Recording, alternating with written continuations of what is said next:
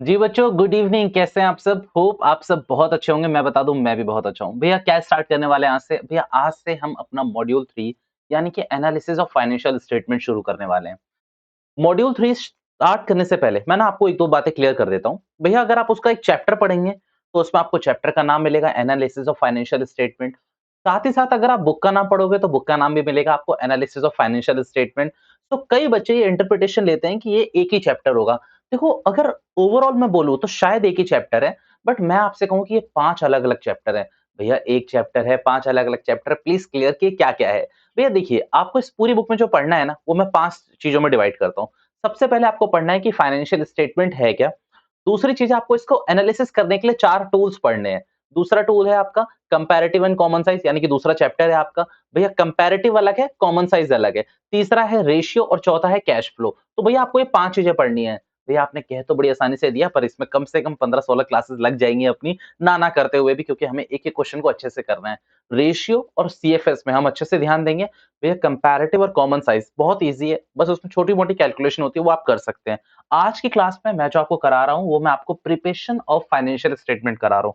भैया हम financial statement ना कर चुके हैं। कब कर चुके हो नालायकों तुम लोग? भैया हम 11th में कर चुके हैं financial statement of sole proprietorship. तो वो एकदम फुद्दू वो थी, क्या कहते हैं, फुद्दू बैलेंस शीट थी। उसको याद नहीं रखना है। उसको हम लॉजिक्स को याद रखेंगे, बट यहाँ पर ना पूरा फॉर्मेट बना के ऑलरेडी कंपनीज ने दे रखा है। कंपनीज एक्ट 2013 ने ऑलरेडी एक फॉर्मेट बनाया हुआ है। कहा हुआ है ये लो भाई, हमारे सीए स्टूडेंट्स, हमारे जो प्रोफेशनल्स हैं, इन सबको देते हैं। कहते हैं ये लीजिए, इसी में आपको क्या करना है, इसी में प्रिपेयर करना है आपको, जो भी प्रिपेयर करना है। भैया फॉर्मेट को आप चेंज नहीं कर सकते, ना बाबा ना। आप शेड्यूल 3 के फॉर्मेट को कभी भी चेंज नहीं कर सकते। जो एएस वाले फॉर्मेट है आप उनको कभी चेंज नहीं कर सकते। बट अगर आपने इंडियस का नाम सुना हो, क्योंकि जरूर सुना होगा आपने मेरी क्लासेस में, तो इंडियस का जो फॉर्मेट है वो बड़ा वर्सटाइल है। वो कहता है चेंज कर लो, कोई दिक्कत नहीं है, बट आप एएस के फॉर्मेट को चेंज नहीं कर सकते, नहीं कर सकते, नहीं कर सकते। आपको यहाँ सिर्फ एएस का पढ़ना है, तो हम शेड्यूल 3 की बात करेंगे सिर्फ। सबसे पहले भैया फाइनेंशियल स्टेटमेंट से ही चिंता शुरू करेंगे अपनी, मतलब वार्तालाप शुरू करेंगे कि भैया फाइनेंशियल स्टेटमेंट है क्या। तो कम ऑन, आप मेरे संग हेडिंग बना रहे हैं, फाइनेंशियल स्टेटमेंट। भैया मैं शॉर्ट में इसको अगर एफएस बोल दूं तो प्लीज बुरा ना माने। ये एक प्रैक्टिकल लैंग्वेज है, एफएस चलता है, कोई दिक्कत की बात नहीं। एफएस आप और मैं जानते हैं, बट हम पेपर में हम कहीं भी नहीं लिखेंगे। भैया एक बात बताओ, व्हाट इज फाइनेंशियल स्टेटमेंट? भैया देखो, सबसे पहले कंपनीज एक्ट 2013 ने ये बोला कि भैया हम एक सेक्शन दे रहे हैं। भैया क्यों सेक्शन दे रहे हैं? क्योंकि अगर ये सेक्शन नहीं देते ना, तो कंपनी अपनी फाइनेंशियल स्टेटमेंट बनाती ही नहीं। भैया ये तो ज़रूरी होता है ना बनाने के लिए। भैया कंपनी को अगर सर्वाइव करना है, ये पता करना है अपने नेट प्रॉफिट कितने हैं, नेट लॉस कितने हैं, तो ये बनाना चाहिए। नहीं, नहीं, नहीं बाबा, ऐसा कुछ नहीं है। अगर इसके लिए एक्ट नहीं होता ना, मैं कहता हूँ आधी कंपनीज़ इंडिया में, आधी छोड़ो 95% कंपनीज़ पूरा ले लो, 95 कंपनीज़ जो बैलेंस शीट बनाती, जो फाइनेंशियल स्टेटमेंट बनाती, वो ऐसे ही बना देती मज़े-मज़े में। अगर ये एक्ट नहीं होता तो। भैया पता है क्या है?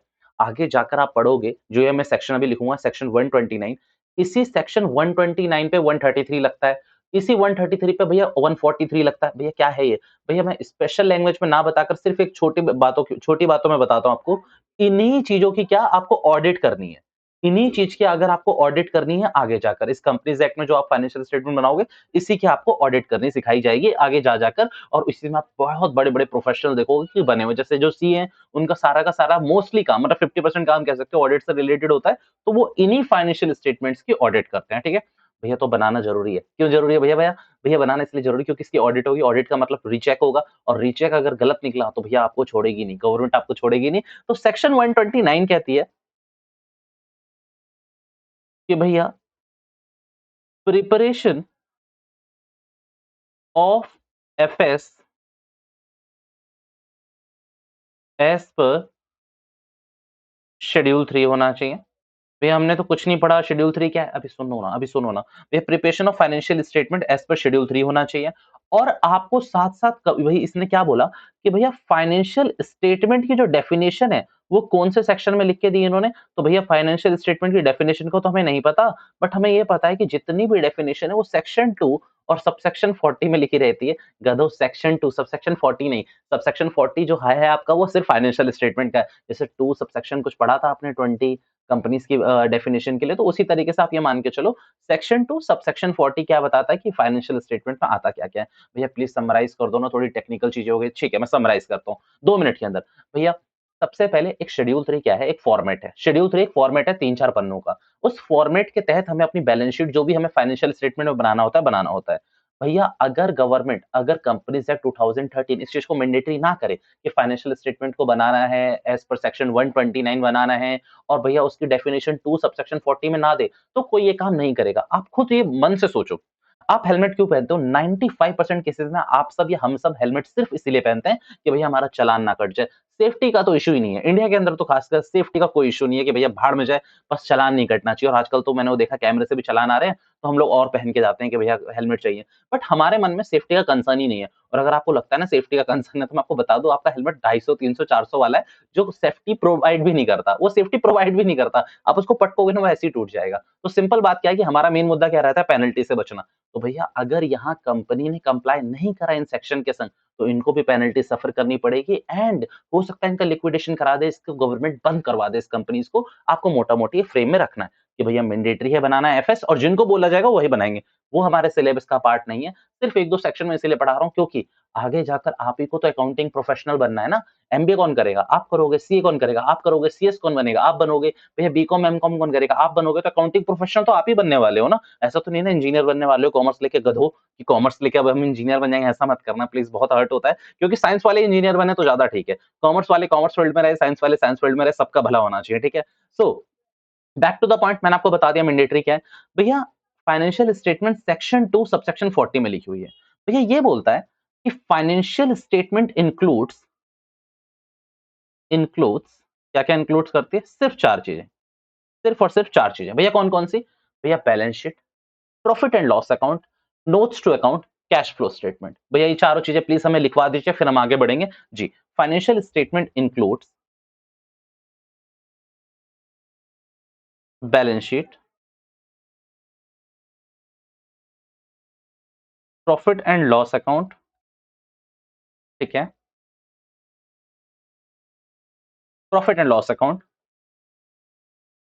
notes to account, and last but not least,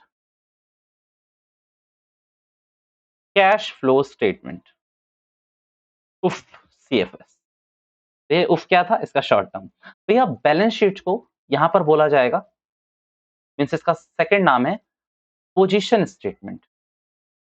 क्या कहा मैंने? पोजीशन स्टेटमेंट बिकॉज़ ये पोजीशन बताता है कैसे आगे बात करेंगे। आगे सब डिटेल में बात करने वाले हैं, अभी टाइम वेस्ट मत करो मेरा। भैया इसको बोला जाता है इनकम स्टेटमेंट। इसको बोला जाता है इनकम स्टेटमेंट। भैया नोट्स टू अकाउंट को कुछ नहीं बोला जाता गधों। इसको शॉर्ट में बोला जाता है सीएफएस और हाँ, प्रॉफिट एंड लॉस अकाउंट का दूसरा भी नाम है statement of profit and loss account यानी कि SOPL statement of profit and loss account या फिर एसपीएल यानी कि statement of profit and loss account means किसी में ओ को लिखते हैं किसी में ओ को नहीं लिखते so you can use both the abbreviation SOPL and SPL as well दोनों यूज कर सकते हैं आप लोग भैया आज का मुद्दा ना मेरा कुछ नहीं है भैया ये तीनों चीजें मुझे याद भी नहीं है मैं पढ़ के नहीं आया आज घर से मैं पढ़ के आया हूँ सिर्फ बैलेंस शीट और मैं बैलेंस शीट कराने के ही मूड में हूँ और अगर आप लोग कुछ और पढ़ना चाहते हैं तो आप थंबनेल लिख के वापस चले गए होंगे कि भैया हमें तो ये पढ़ना ही नहीं है हमें सिर्फ पढ़ना है बैलेंस शीट हमें सिर्फ आज की क्लास में कवर करना है बैलेंस शीट भैया सेक्शन सबसेक्शन कवर रखने भैया देखो अगर मेरे को बाद में ऐसा लगा कि ये बहुत इंपॉर्टेंट है तो जब मैं थ्योरेटिकल वीडियो यानी कि मैंने 3 थ्योरेटिकल वीडियो प्लान करी हुई है पार्टनरशिप की कंपनीज की एनालिसिस की तो जब मुझे लगेगा कि हाँ मैंडेटरी तो मैं इसको हाईलाइट करा दूंगा एंड अगर मैं हाईलाइट करा रहा हूँ दैट मींस वो एमसीक्यू इसके लिए हाईलाइट करा रहा हूँ तो वो देख लेंगे उसके पर अभी के मुद्दे को मारो गोली ठीक है भैया बैलेंस शीट भैया हमें आती है मैंने कहा कैसे आती है तुम लोगों को भैया हमें ना ये वाली बैलेंस शीट आती है जिसने हम आपने हमेशा से सिखाया है कि इस तरफ सारी की सारी एसेट्स आती है और इस तरफ सारी की सारी लायबिलिटीज़ आती है, इन दोनों का टोटल सेम होना चाहिए और भैया हमें इससे ज़्यादा तो कुछ नहीं आता। मैंने कहा शॉक दे दूँ? भैया जी शॉक दे दीजिए। भैया आओ ज़रा थोड़ा-सा नीचे आओगे अपनी बुक में मतलब ये थोड़ी पुराना मॉड्यूल लगा हुआ है बट अब आपको समझ आएगा इसमें कोई दिक्कत की बात नहीं है। कोई चेंज नहीं है, ज़्यादा चेंज बिल्कुल नहीं है। भैया name of company balance sheet भैया ये कौन-सी बैलेंस शीट है? जी। अब आपको आगे या फिर आज से मैं कह दूँ अपने फ्यूचर तक इसी पे काम करना है। क्योंकि मैं आपको प्रैक्टिकली एक बात बता दूँ जो टी शेप बैलेंस शीट है ना ये इतिहास था। ये इतिहास था वो अब नहीं बनाई जाती। भैया आज के टाइम पे या तो बैलेंस शीट ऐसे बनाओगे आप, या तो शेड्यूल 3 के हिसाब से, एएस के हिसाब से बनाओगे। मान लीजिए आप किसी ऐसी कंपनी में काम करने वाले हो आने वाले 4-5 सालों में जो एएस, इंड एस लगाती है, तो उसकी बैलेंस शीट थोड़ी-सी डिफरेंट है। उसकी बैलेंस शीट और डिफरेंट है, वो आप आगे जाके पढ़ोगे, वो आपके ग्रेजुएशन में भी नहीं है। वो या तो आपको पोस्ट ग्रेजुएशन में मिलेगी, या फिर आप कोई प्रोफेशनल स्टडीज़ करोगे तो उसमें मिलेगी। आपकी ग्रेजुएशन में भी आपका इंड एस का ज़िक्र नहीं है, ज़्यादा नहीं है, ठीक है? तो भैया ये बैलेंस शीट अपने को पूरी की पूरी याद करनी है। मैं आपको एक मुद्दा बताता हूँ। पहले क्या होता था कि भैया 8 से 10 नंबर के जब क्वेश्चन्स आते थे, तो ये पूरी की पूरी बैलेंस शीट हमसे बनवाई जाती थी कि पूरी बैलेंस शीट बनाओ। बट अभी 2-3 साल से एक ट्रेंड क्या चल रहा है कि भैया 5 या 6 नंबर के क्वेश्चन आते हैं, तो हमसे पूरी बैलेंस शीट नहीं बनवा रहा। हमसे क्वेश्चन एग्जामिनर क्या करता है, 4-5 पॉइंट्स फेंक के मारता है और बोलता है कि बताओ वो ये कहाँ-कहाँ आएँगे। जैसे कि अब मान लो टी शेप में आप लोग क्या करते थे, टी शेप बनाते थे, फर्नीचर आपने एसेट साइड में कहीं भी लिख दिया, भैया आपने डेटर्स कहीं भी लिख दिए, आपने बीआर कहीं भी लिख दिया। आपने लायबिलिटी साइड में क्रेडिटर कहीं भी लिख दिया, कुछ भी कहीं भी लिख देते थे तुम लोग और टोटल मार्कर दिखा देते थे कि भैया ये टोटल हो गया, मैच हो गया। बट आपका जो शेड्यूल 3 है वो फॉर्मेट है, वो फॉर्मेट है। वो भैया आपका प्रिंटेबल फॉर्म में आएगा, अगर आप कंप्यूटर में काम कर रहे हो तो भैया एक्सेल शीट में वो बना हुआ आएगा। आपको क्या करना है, कंपनी का पूरा डेटा यानी कि पूरे साल जो-जो प्रोसेस हुई है, वो इसमें इंसर्ट करना होता है डेटा को। भैया जो डेटा जहाँ जाएगा वो आपको वहाँ डालना पड़ेगा। मीन्स आप समझो कि अगर आपके पास 2 लाख चीज़ें हैं, 2 लाख अकाउंट्स हैं, तो वो 2 लाख अकाउंट्स भी इन्हीं सब में फिट होंगे। इन्हीं में फिट होंगे, कोई अलग से अकाउंट नहीं ओपन करेंगे आप, एएस में बिल्कुल नहीं करेंगे। इंडेस वही फिर भी बोलता है कि कर लो ओपन। इंडेस फिर भी बोलता है आप ओपन कर लो, कोई अगर अलग अकाउंट करना है। बट आपको मैं बता दूँ यहाँ पर एएस में शेड्यूल 3 में आपको कोई भी अलग अकाउंट ओपन नहीं करना। मैं आपसे कहूँ कि अगर कोई चीज़ इनके बीच में नहीं आ रही है और इनके बीच में नहीं आ रही, तो आप बेवकूफ़ हैं क्योंकि वो आ जानी चाहिए। भैया एएस साफ बोलता है कि इनके बीच में आ ही जाएगी, अगर एसेट साइड है तो इनके बीच में ढूँढो, अगर लायबिलिटी साइड में है तो इनके बीच में ढूँढो। कोई इसमें चॉइस नहीं है कि आप कुछ और सोचें कि भैया हम कुछ और करेंगे, ना बाबा ना, आपको कुछ भी नहीं सोचना, आपको इसी पे बेस सारी की सारी चीज़ें करनी है। तो इस पूरी वीडियो को हम बेसिकली 2 पार्ट में करेंगे। पहले मैं आपको सिर्फ इक्विटी पोर्शन सिखाऊँगा, दूसरे में एसेट पोर्शन सिखाऊँगा। भैया व्हाट इज़ इक्विटी मैं आपको बताता हूँ। भैया जब आप टी शेप बनाते थे उसमें एक तरफ आप लायबिलिटी लिखते थे, दूसरी तरफ एसेट लिखते थे। ये जो बैलेंस शीट है, पहली बात तो ये एक ही फॉर्मेट में बनती है। जैसे कि आप देख रहे होंगे यहाँ पर ये पूरी बैलेंस शीट अपन ड्रॉ करेंगे। यहाँ से लेकर पूरी यहाँ तक अगर आप देखोगे, तो भैया ये पूरी एक बैलेंस शीट है। ठीक है? ऊपर आपकी लायबिलिटीज़ की सारी चीज़ें लिखी है और नीचे एसेट्स की लिखी है। लायबिलिटी वाली साइड को बट यहाँ पर किस नाम से शो करा गया, आप ध्यान से देखेंगे, equity and liabilities. Equity and liabilities यानी कि आप एक बात बताओ, जब आप टी शेप बैलेंस शीट बनाते थे, तो लायबिलिटी साइड में आप कैपिटल भी लिखते थे। भैया लायबिलिटी साइड में आप कैपिटल भी लिखते थे। यहाँ पर कैपिटल ना यूज़ कर कर वर्ड यूज़ करा गया है इक्विटी, और वो बिल्कुल सही है, क्योंकि भैया ये जो कंपनीज़ होती है, ये भैया equity share capital, preference share capital ये सब इश्यू करती है, तो इसीलिए इक्विटी वर्ड यहाँ पर सब्स्टिट्यूट करा गया है इंस्टेड ऑफ कैपिटल। बस इतना याद रखना आपको। भैया फिक्स फॉर्मेट है, इसी पे हम सारी की सारी चीज़ें बिठाएँगे। भैया देखो, आपको मैं सिंपल क्या बोलता हूँ ना, पहले मैंने क्या सोचा था, ये मैं पूरा ड्रॉ करूँगा। बट मुझे लगता है कि वो टाइम वेस्टिंग प्रोसेस है। आप क्या करें, आपकी बुक में थोड़े 2-3 पन्ने पलटाएँगे आप लोग, आपको ये पूरा का पूरा फॉर्मेट दिख जाएगा। ये पूरा फॉर्मेट आपको दिख जाएगा। आपको मैं इस फॉर्मेट को एनालाइज़ करना सिखा रहा हूँ, कि भैया इस फॉर्मेट में किसमें क्या-क्या आएगा। जैसे कि देखो, आप अगर 1.6 है मेरे में पेज नंबर, आप अगर 5-6 पन्ने पलटते चले जाओगे, तो आपको बहुत सारी चीज़ें ग्रंथ में दे रखी है इतनी मोटी-मोटी कर कर। मैं क्या करता हूँ, जैसे एक-एक हेड उठाता हूँ और उस एक-एक हेड को एक्सप्लेन करना शुरू करता हूँ, विद डेफिनिशन मैं आपको लिखवाऊँगा सारी चीज़ें। तो आप फॉर्मेट क्या करेंगे, अगर आपको अभी टाइम नहीं है, तो आप 1 या 2 पन्ने छोड़ दो और इस पूरे फॉर्मेट को बना लो, जहाँ पे आप नोट्स कर रहे हो। फिर दूसरा मेरे साथ यहाँ से नोटिंग शुरू कर देना, जहाँ से मैं करा रहा हूँ आपको, ठीक है? आप क्या करेंगे, बैलेंस शीट बनाओ आप अपनी फॉर्मेट की पूरी और मेरे संग शुरू कर दो लिखना। सबसे पहले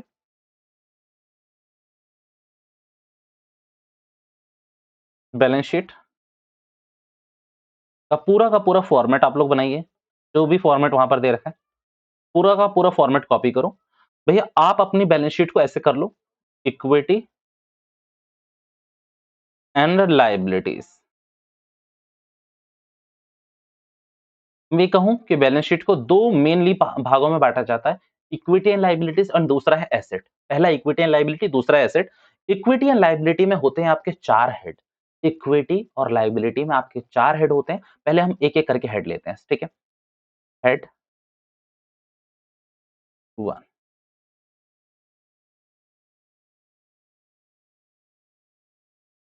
शेयर होल्डर फंड्स। भैया इसको हेड बोलते हैं जी, ये याद रखना। आपसे ना क्वेश्चन एग्जामिनर पूछेगा कि मेजर हेड, तो मेजर हेड भी यही होते हैं आपके, यानी कि अब मैं आपसे सिंपल बोलूँ, तो भैया जो डिवीजन है बैलेंस शीट का वो 2 तरीके से है, इक्विटी एंड लायबिलिटीज, एसेट। अगर मैं मेजर हेड की बात करूँ लायबिलिटी इक्विटी एंड लायबिलिटी वाली साइड में तो 4 है, वो चारों के चारों मैं करूँगा। ये शेयर होल्डर फंड जो है, ये आपका मेजर हेड है या हेड कह लो आप। अब सब हेड की मैं बात करूँ, सब हेड की, तो शेयर होल्डर फंड के अंदर भी 3 सब हेड है मेरे। कितने सब हेड है? 3। ये तीनों सब हेड मैं डिस्कस कर रहा हूँ। सबसे पहले आपका शेयर कैपिटल, दूसरा है आपका रिजर्व्स एंड सरप्लस, तीसरा है money received, 1 minute, money received against share warrant, सही है। Money received against share warrants. भैया प्लीज एक्सप्लेन करो।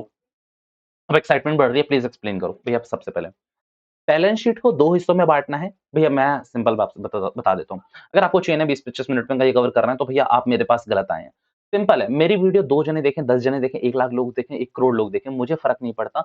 है क्या, अगर एक बंदा भी देख रहा है ना, तो मुझे उसको क्वालिटी सिखानी है। क्वालिटी ये सिखानी है कि भैया वो मेरी वीडियो देखने के बाद एकदम संतुष्ट हो, उसको कोई डाउट ना रहे, तो इसलिए मैं थोड़ा लेंथी चलूँ, धीरे चलूँ, मुझे कोई फ़र्क नहीं पड़ता। जो मैंने अपने टीचरों से सीखा है, मैं सिर्फ़ वही बता रहा हूँ आपको। क्योंकि है क्या ना, एक डायलॉग मुझे हमेशा अपने टीचर का याद रहता है, मैं उन टीचर का नाम नहीं लूँगा, स्पीड थ्रिल्स बट किल्स। भैया स्पीड में ना आप कर सकते हैं, दर दर दर मैं अभी नोट्स बना के मैं रखूँ, मेरा भी काम हो जाएगा। मुझे 1 घंटा नोट बनाने में लगेगा, 25 से 30 मिनट पढ़ाने में लगेंगे पूरी की पूरी बैलेंस शीट। बट उसमें ना क्या है कि ठीक है, टेक्नोलॉजी बहुत ज़्यादा आ चुकी है, बट अभी भी मुझे लगता है ये जो जुगाड़ है ना, जो देसी जुगाड़ है, वो बहुत लॉन्ग टर्म तक रहता है अपने दिमाग में। और ये कोई छोटी-मोटी चीज़ नहीं है जो अभी आपको भूल जानी है। आगे आपको इसी से अपनी ना कहते हैं ब्रेड अर्निंग्स करनी है, अपनी रोटी-रोज़गार इसी से चलना है, अपना बैलेंस शीट बना-बना कर, ऑडिट कर के। अपने को तो इसी फील्ड में रहना है ना, ऑब्वियसली अकाउंटिंग फील्ड में ही रहना है। अब कॉमर्स के बाद तुम लोग स्टार्टअप शुरू करने वाले हो, कुछ और करने वाले हो, that is a different case. But शुरू में तो आपको काम करना ही पड़ेगा ना, स्टार्टअप शुरू करने के लिए भी फंडिंग लगती है भैया। फंडिंग स्टार्ट तो काम करके ही लाओगे ना। ठीक है, चलिए back to the point. Okay, भैया सबसे पहले बैलेंस शीट को 2 हिस्सों में बाँटा, इक्विटी एंड लायबिलिटीज़, दूसरा है एसेट्स। इक्विटी एंड लायबिलिटीज़ में मेरे 4 हेड होते हैं। ओके, इक्विटी एंड लायबिलिटीज़ में मेरे 4 हेड या फिर 4 मेजर हेड होते हैं। भैया प्लीज़ एक्सप्लेन इट कि कौन-कौन से होते हैं। भैया आप अपने एक काम करो, बैलेंस शीट खोल लो। अपनी बुक में बैलेंस शीट खोल लो और मेरी बात सुनना। सबसे पहला जो आपका मेजर हेड होता है that is share holder fund. दूसरा होता है एप्लीकेशन मनी पेंडिंग अलॉटमेंट। तीसरा होता है नॉन करंट लायबिलिटी जिसे मैं एनसीएल कहता हूँ प्यार से।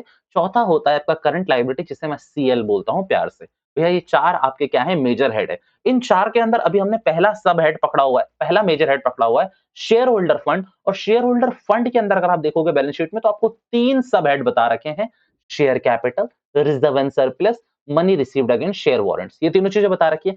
अब हम क्या कर रहे हैं, शेयर कैपिटल को पूरा का पूरा इग्नोर कर रहे हैं। तो ये क्यों? मजा नहीं आ रहा आपको पढ़ाने में? मजा नहीं आ रहा, but share capital I guess कि हम ऑलरेडी कर चुके हैं, बट कोई बात नहीं। सब head 1, share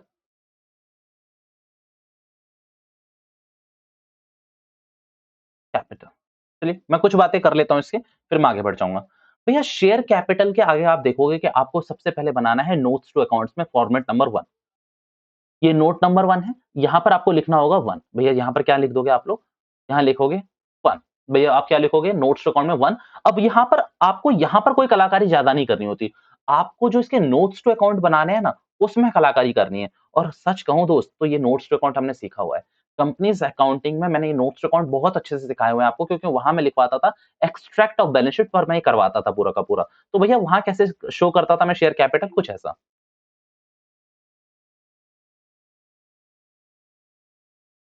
authorised share capital. ये जितने शेयर्स के हिसाब से हैं, मतलब मैं कहूँ एक्स शेयर्स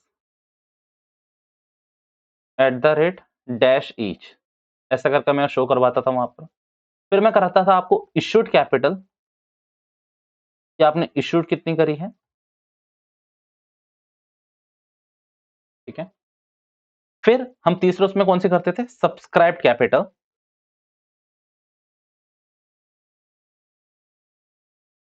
सब्सक्राइब्ड कैपिटल।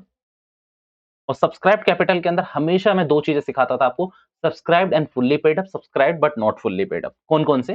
ये subscribed,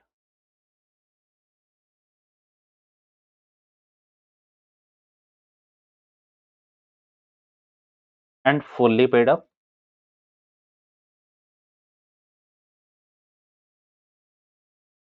subscribed but not fully paid up. भैया मैं दोनों चीज़ें बता देता हूँ दोबारा से, कोई चिंता की बात नहीं है, सबसे इम्पोर्टेंट है, मैं आपसे कह सकता हूँ, ठीक है? और यही बैलेंस उठकर, ये वाला बैलेंस उठकर, इन दोनों का टोटल उठकर सब्सक्राइब कैपिटल का हमेशा उठकर कहाँ पर जाता है आपका, जो बैले मैं यहाँ ऊपर जा रहा हूँ, बताओ। यहाँ पर जाना है आपको शेयर कैपिटल में और यहाँ लिख देना है। भैया एक और बात प्लीज़ बता दो, शायद मेरे से भी मिस हो गई, सॉरी फॉर दैट। यहाँ पर देखो आपको लिखा हुआ है करंट रिपोर्टिंग पीरियड, यानी कि आप अपनी बैलेंस शीट में भी देख सकते हो, जो आपकी बुक है, और इसमें लिखा हुआ है प्रीवियस रिपोर्टिंग पीरियड। भैया इसका क्या मतलब? तो इसका जो सिर्फ ये मतलब है कि आपको जितनी भी बैलेंस शीट या फिर आपको जितने भी एफएस बनाने हैं, उसमें आपको दोनों ईयर देने हैं।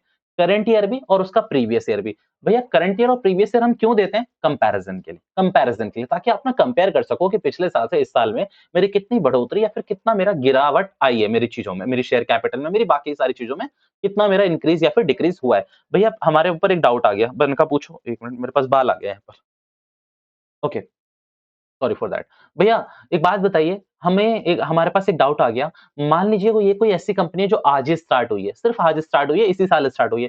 कोई बात नहीं बेटा, उसका प्रीवियस ईयर नहीं होगा फिर, उसका प्रीवियस ईयर नहीं होगा। मान लीजिए अगर ऐसी कोई कंपनी है जो अभी स्टार्ट हुई है, उसका प्रीवियस ईयर नहीं है, तो प्रीवियस ईयर की फिगर आप बस कुछ नहीं, ऐसे ही निल छोड़ दोगे, ठीक है? एग्जामिनर समझ जाएगा, या फिर मैं ये कहूँ ऑडिटर समझ जाएगा कि भैया ये कंपनी इनकॉर्पोरेट ही इस साल हुई है। कोई दिक्कत की बात नहीं है। भैया मान लीजिए पिछले साल वो कंपनी फंक्शनल नहीं थी और इस साल फंक्शनल है, मतलब कोविड की वजह से मान लीजिए होटल इंडस्ट्री का नाम लेते हैं कि आईटीसी जो होटल है, वो 2020-21 में ऑपरेट नहीं कर रहा था, बट 21-22 में उसने ऑपरेट करा।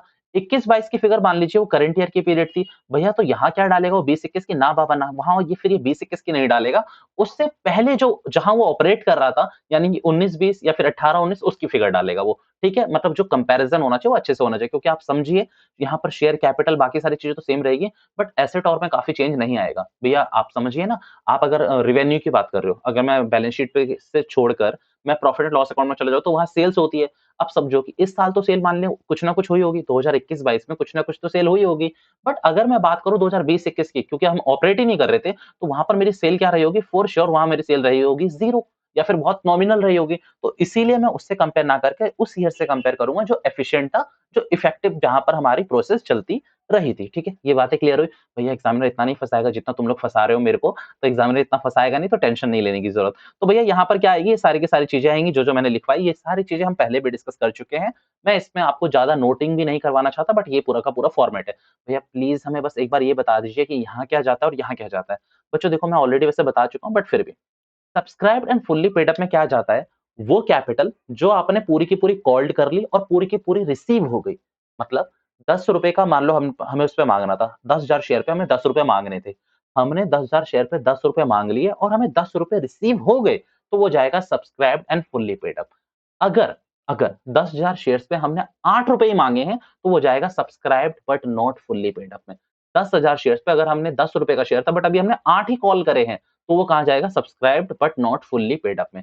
भैया तीसरा, भैया 10,000 शेयर्स पे हमने ₹10 ही कॉल कर लिए थे, बट 2,000 शेयर होल्डर ऐसे थे जिन्होंने सिर्फ ₹8 ही पे करे, तो भैया याद रखना 8,000 इंटू 10 तो ऊपर वाले में चला जाएगा subscribed and fully paid up, but 2,000 into 8 वो कहाँ जाएगा? Subscribed but not fully paid up. Means मैं साफ-साफ ये कहूँ कि अगर आपने पूरा का पूरा पैसा मँगा लिया है और पैसा रिसीव नहीं हुआ है, तो यहाँ पर आएगा subscribed but not fully paid up. But अगर आपने पूरा पैसा माँगा ही नहीं है, तो भी वो यहीं आएगा subscribed but not fully paid up. और ऊपर वाले में सिर्फ एक चीज़ आएगी, आपने पूरा का पूरा पैसा माँग लिया है, कॉल्ड पूरा कर लिया है और पूरा का पूरा पैसा आपको रिसीव हुआ है, तो वो जाएगा subscribed and fully paid up. ये बात हम पूरी की पूरी हम पहले भी कर चुके हैं। भैया एक और चीज़ याद रखना, नोट में लिखना चाहिए आपको। We already discussed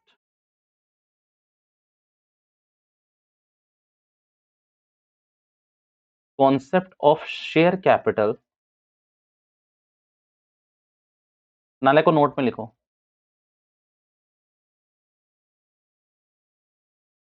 in company accounts, और उसके भी शेयर कैपिटल वाले चैप्टर में ही, यानी कि जो चैप्टर नंबर फर्स्ट था, इश्यू ऑफ शेयर कैपिटल, उस वाले में, ठीक है? कंपनी इन कंपनी अकाउंट शेयर कैपिटल वाले चैप्टर में, क्योंकि उसमें 2 चैप्टर है ना आपके, एक डिबेंचर का और एक उसका, तो इसमें हम ऑलरेडी डिस्कस कर चुके हैं। We will consider equity and preference both shares in share capital, या फिर while preparing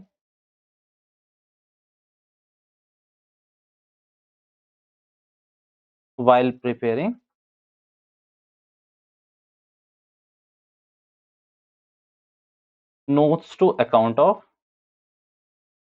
share capital.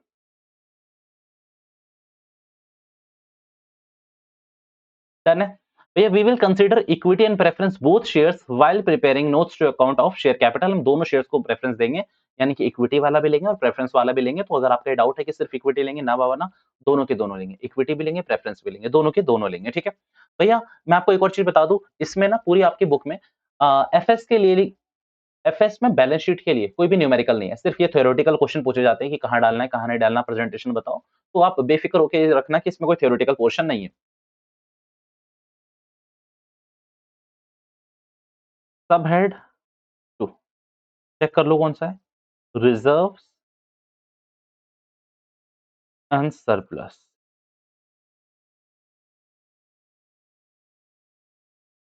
Reserve का मतलब है ऑल रिजर्व, एदर रेवेन्यू और कैपिटल। भैया जितने भी रिजर्व है सब यहीं आएंगे, भले ही वो रेवेन्यू नेचर के हों, भले ही वो कैपिटल नेचर के हों। भैया क्या मतलब होता है बता देना। सरप्लस यानी कि प्रॉफिट ऑफ द ईयर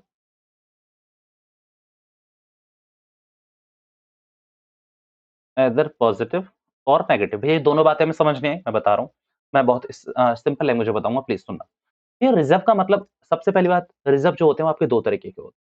कौन कौन से? एक तो कैपिटल होता है और दूसरा होता है रिवेन्यू। भैया कौन कौन से होते हैं जरा दोबारा बताइए। भैया कैपिटल नेचर का मतलब capital redemption reserve, capital redemption reserve. भैया रिवेन्यू नेचर का कौन सा हो गया? भैया आपका जनरल रिजर्व। भैया जनरल रिजर्व नालायक को पढ़ते हो ना, वो आपका क्या हो गया? भैया वो आपका रिवेन्यू नेचर का हो गया। कैपिटल रिजर्व, कैपिटल रिजर्व आपका कैपिटल नेचर का है। बट अगर मैं रिवेन्यू रिजर्व की बात करूं तो रिवेन्यू रिजर्व क्या होते हैं? जो हमारे सालों साल होते हैं, मीन्स हर साल होते हैं। बट आपके जितने भी कैपिटल रिजर्व होते हैं ना, वो सालों साल नहीं बनते। भैया आप समझो कैपिटल रिजर्व आपका कब क्रिएट होता है? जब आप कोई बिजनेस खरीदते हो पूरा का पूरा। अगर आप कोई पूरा का पूरा बिजनेस खरीद रहे हो तो भैया वो कैपिटल नेचर ही हुआ ना, वो कैपिटल नेचर ही हुआ। वो बहुत कम होता है। कैपिटल रिडम्पशन रिजर्व कब बनाया जाता है? जब हम प्रेफरेंस शेयर होल्डर को क्या करते हैं, रिडीम करते हैं, तब बनाया जाता है। तो वो सीआरआर के रेट होता है। भैया जब हम डिबेंचर होल्डर्स को वो करते हैं ना रिडीम, तो हमें बनाना होता है debenture redemption reserve. That is also a nature of a capital reserve. वो क्या है? ये सारे कैपिटल रिजर्व के हैं। भैया आपको बाइफरगेट नहीं करना है, बिकॉज क्या है, जो आपका रिडम्पशन ऑफ डिबेंचर था तो वो तो डिलीट ही हो गया। आपको क्या याद रखना है, रिजर्व्स में सारे रिजर्व आएंगे, जिसके पीछे रिजर्व लगा दूं। रिवॉल्यूशन रिजर्व इसी में आएगा, जर्नल रिजर्व इसी में आएगा, सीक्रेट रिजर्व इसी में आएगा, कैपिटल रिजर्व इसी में आएगा, सीआरआर यानी कि कैपिटल रिडम्पशन रिजर्व इसी में आएगा, डीआरआर यानी कि डिबेंचर रिडम्पशन रिजर्व इसी में आएगा। एक और रिजर्व पढ़ के आए हो आप लोग बहुत अच्छे से, एसपीआर यानी कि सिक्योरिटीज प्रीमियम रिजर्व, जिसके मैंने 5 वो भी बताए थे यूटिलाइजेशन डिबेंचर कराते समय। अगर आपने नहीं देखी तो वो अब अपलोड हो चुकी होगी, देख लेना इसके बाद। तो भैया जो एसपीआर यानी कि सिक्योरिटी प्रीमियम रिजर्व है, वो भी किस में आएगा? इसी में आएगा। सिंपल बात है, सारे के सारे रिजर्व। भैया सरप्लस में आपने लिखा profit of the year, either positive और नेगेटिव।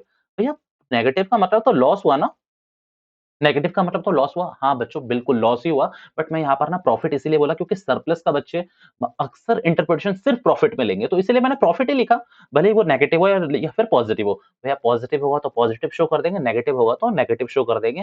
जितनी भी चीजें होगी वो आपकी कहाँ जाएगी? रेवेन्यू रिजर्व एंड सरप्लस के अंदर। भैया इसमें कुछ और एग्जांपल दूं मैं आपको, तो प्रॉफिट एंड लॉस अकाउंट का डेबिट बैलेंस, और एक और चीज मैं बोल सकता हूँ क्रेडिट बैलेंस, वो सब किसमें जाता है आपका? इसमें। भैया इसके एग्जांपल दीजिए। जनरल रिजर्व, ठीक है, capital reserve, DRR, CRR, SPR, वो सब इसमें शो होंगे। ठीक है। अब इसका पहले ना ये चीज तो हो गई आपकी क्लियर। आप एक काम करो, इसमें वो चीज लिखो, नोट लिखो इसमें, all types of reserve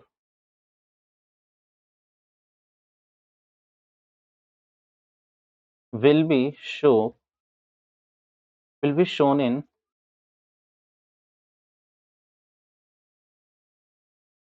will be shown under, not in, shown under reserve and surplus. All types of reserve will be shown under reserve and surplus. Profit, और यहां लिख लो भले loss of the company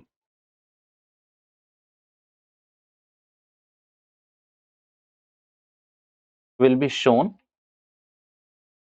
under reserve and surplus. बस इतना ही लिखना है आपको कि भैया जितने भी रिजर्व हैं, जितने भी सरप्लस है, वो कहां आपको शो करना है, रिजर्व एंड सरप्लस में, यानी कि शेयर होल्डर फंड के सेकंड हेड में। शेयर होल्डर फंड के सेकंड हेड में भैया नाम याद रखना है, नाम भी याद रखना है, नाम बिल्कुल याद रखना है, रिजर्व एंड सरप्लस पूरा का पूरा नाम आपको याद होना चाहिए भैया, इतना ही। और भैया मैं आपसे सच कहूं ना, प्लीज मैं सच कहूं, जाके चेक करो आप अपना कितना कितना लिखा हुआ है उन्होंने, issued capital, subscribe capital, check करो जरा आप अपनी ना। मैं ये नहीं कह रहा कि उन्होंने ना गलत करा है इतना लिखकर, उन्होंने बिल्कुल सही करा है, बट मेरा मानना है कि जिस तरीके से हम पढ़ सकते हैं वो तरीका मेरे को इतना सही लगा पढ़ाने के लिए। तो ये सारी चीज़ आप देख सकते हो कि उन्होंने कितनी-कितनी चीज़ें लिखी हुई है। हाँ, बट मैं एक चीज़ ज़रूर कहूँगा, इन्होंने क्वेश्चन बड़े क्लास दिए हैं। क्वेश्चन बहुत बढ़िया है इनके, क्वेश्चन में कोई कमी नहीं है, क्वेश्चन बहुत बढ़िया है। टीएस ले लो, डीके ले लो, इनके नोट्स भले ही बहुत लेंथी है, बट आपके नोट्स के लिए तो मैं अपने आपसे हमेशा कहता हूँ कभी भी बुक मत खोलना। बुक जब मैं बोलूँ नोट्स के लिए खोलने के लिए तभी खोलना, अदरवाइज़ तो सिंपल आपको जो मेरे नोट्स हैं वो बहुत फुलफिल है, मोर देन इनफ है, आपको ये अच्छे मार्क्स दिलाएँगे, पक्की बात है। भैया लास्ट सब हेड 3 क्या है बताओ सब head 3? Money received again share warrants, money received again share warrants, यही अरे नालायको यही लिखवाया था, मेरे को भी भुलवा दिया। Money received again share warrants, अब आ जाओ।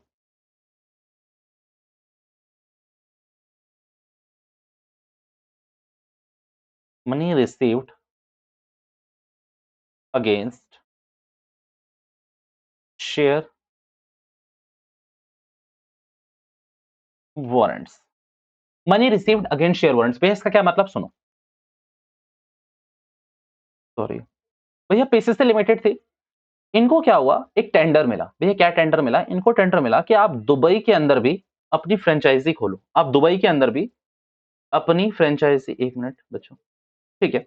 आप दुबई के अंदर भी अपनी फ्रेंचाइज़ी खोलो, जिसमें मैंने एस्टिमेशन करवाई, मैंने किसी कंपनी से एस्टिमेशन करवाई, तो वो 100 करोड़ का एस्टिमेशन आया मेरे पास कि भैया मेरे को 100 करोड़ रुपए लगाने पड़ेंगे। मैंने कहा कोई दिक्कत नहीं है, पीसीसी लिमिटेड भैया बहुत बड़ी कंपनी है, वो क्या कर लेगी अपना भैया इश्यू निकाल लेगी। बट जब मैं अपना इश्यू निकालने गया, तो हुआ क्या, आरओसी ने अभी बोला कि हम अभी आपको नहीं कर सकते। मीन्स मेरा जो क्या था ना, मेरी ऑथराइज्ड कैपिटल एग्ज़ॉस्ट हो चुकी थी। यानी कि जितनी भी मेरी ऑथराइज्ड थी बाय आरओसी, बाय सेबी, वो मैंने फुलफिल कर दी थी। मान लो मेरा 1000 करोड़ का शेयर कैपिटल था, ऑथराइज्ड, तो मैंने 1000 करोड़ पब्लिक में इश्यू कर दिया था। तो फर्दर इश्यू के लिए पहले मुझे एक्सटेंड कराना पड़ेगा आरओसी से। एग्ज़ाम्पल ले रहा हूँ सिर्फ नाले को सुनो। आरओसी को मैंने एप्लीकेशन करूँगा या तो आरओसी या सेबी को कि भैया प्लीज़ मेरे को एक्सटेंड कर दो 100 करोड़ रुपए से, क्योंकि मुझे 100 करोड़ का और इश्यू चाहिए, क्योंकि मुझे दुबई में भी अपनी फ्रेंचाइज़ी खोलनी है।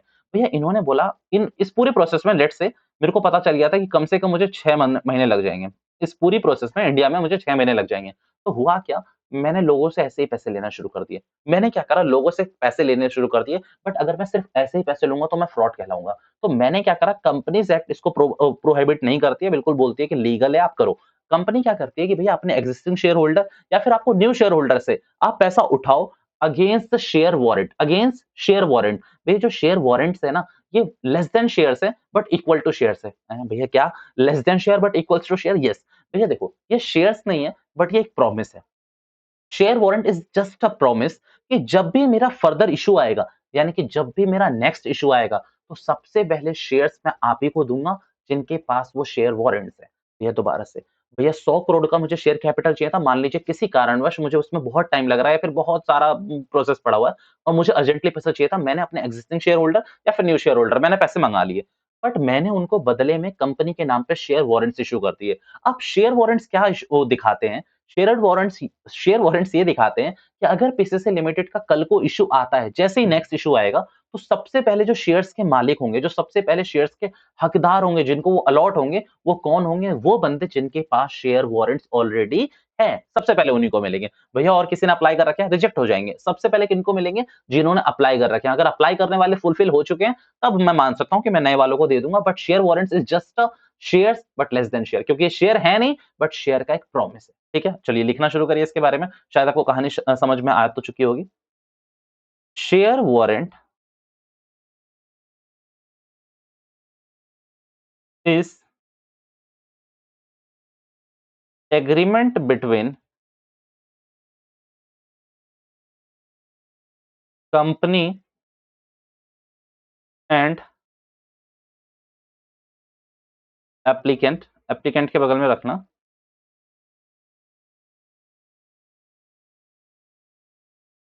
Who gives money, who gives money to company, जिसने पैसे दिए कंपनी को, that company will issue shares to them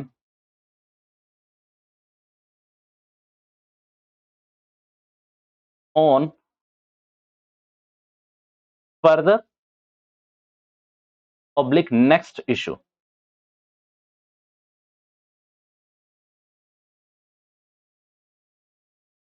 एक मिनट में दोबारा से देख लो। Share warrant is agreement between company and applicant who gives money to the company, यानी कि एप्लीकेंट कौन है, जिन्होंने कंपनी को पैसे दिए। दैट एग्रीमेंट, एग्रीमेंट क्या है, that company will issue shares to them on further and next issue. भैया उनको क्या करेंगे, शेयर्स इशू करेंगे। In return of that applicant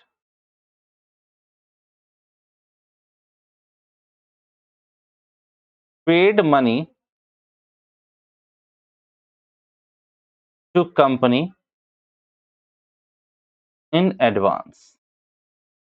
भैया इन रिटर्न क्या हुआ कि जिसमें जो एप्लीकेंट थे उन्होंने भैया कंपनी को पैसे दे दिया एडवांस में ही, पहले ही पैसा आ चुका है ना मेरे पास, मुझे बाद में शेयर एप्लीकेंट शेयर वारंट्स को शेयर इश्यू करने हैं, बस इतना याद रखना। जो शेयर वारंट होल्डर है उनको मैं बाद में शेयर्स इश्यू कर दूंगा। मैं एक बार फिर से पढ़ लेता हूँ, share warrant is agreement between company and applicant, क्योंकि इसमें मुझे लग रहा है कि मैंने ग्रामेटिकल एरर कर दी है शायद कहीं। Share warrant is agreement between company and applicant who gives money that the company will issue shares to them on further और नेक्स्ट इश्यू, ऑन फर्दर और next issue. In return of that applicant paid money, in return of that applicant paid money to company in advance. ठीक है, सही है, मतलब company ने सही, मैंने सही लिखा, कोई इतनी ग्रामेटिकल एरर नहीं है। In return of that applicant paid money to company in advance, advance में पैसे पे कर दिए, ठीक है। On next issue, on next issue company always give, always gives priority to share warrants, ये इनको प्रायोरिटी देगी, एंड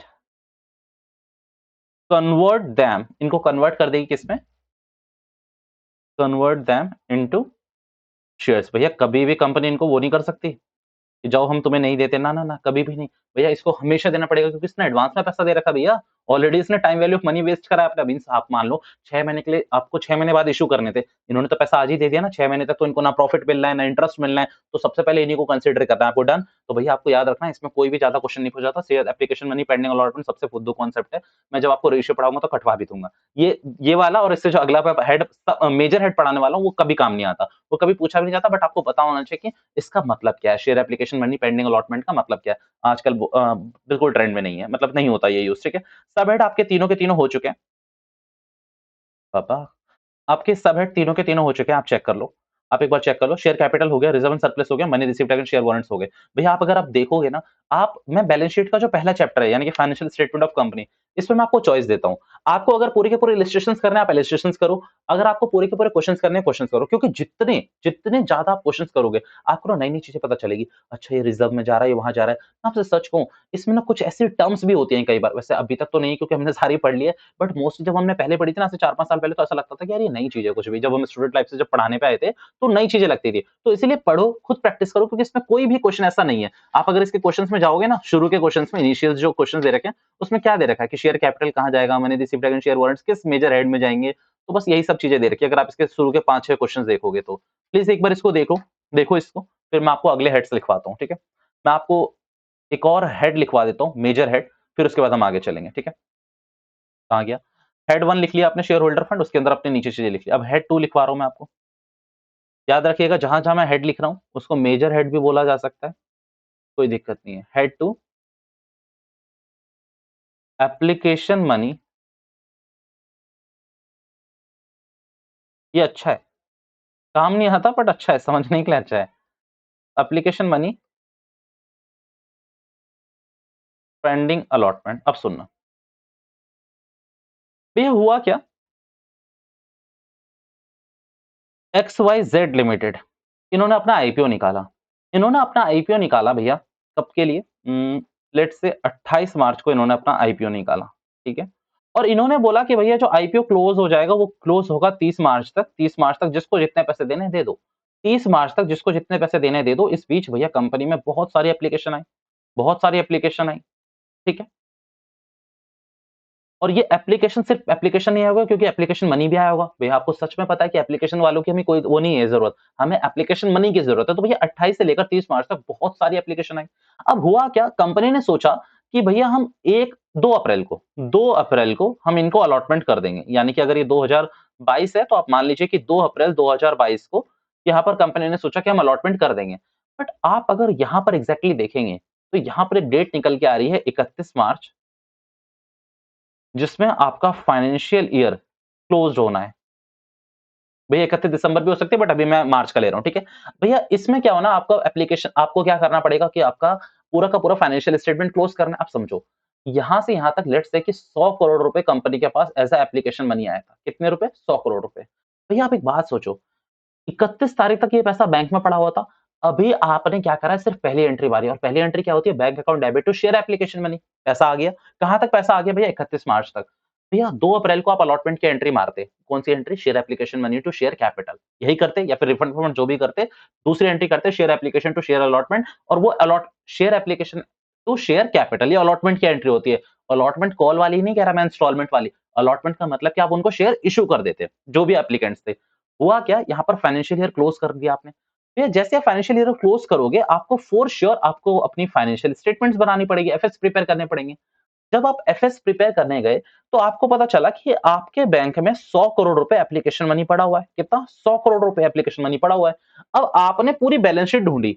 अब आप ये सोच रहे हो कि इसको शेयर कैपिटल में दिखाओ। ऑडिटर ने बोल दिया हिम्मत मत कर जाना, शेयर कैपिटल में सिर्फ वो पैसा जाएगा जिनको आप शेयर इश्यू कर चुके हो। आपने कहा तो मालिक डाले कहाँ? तो उन्होंने बोला कि एक बात सुनो, आप अपना हेड, मेजर हेड 2 देखो कि क्या लिखा हुआ है। तो हमने वो पढ़ा तो वो लिखा हुआ था application money pending allotment.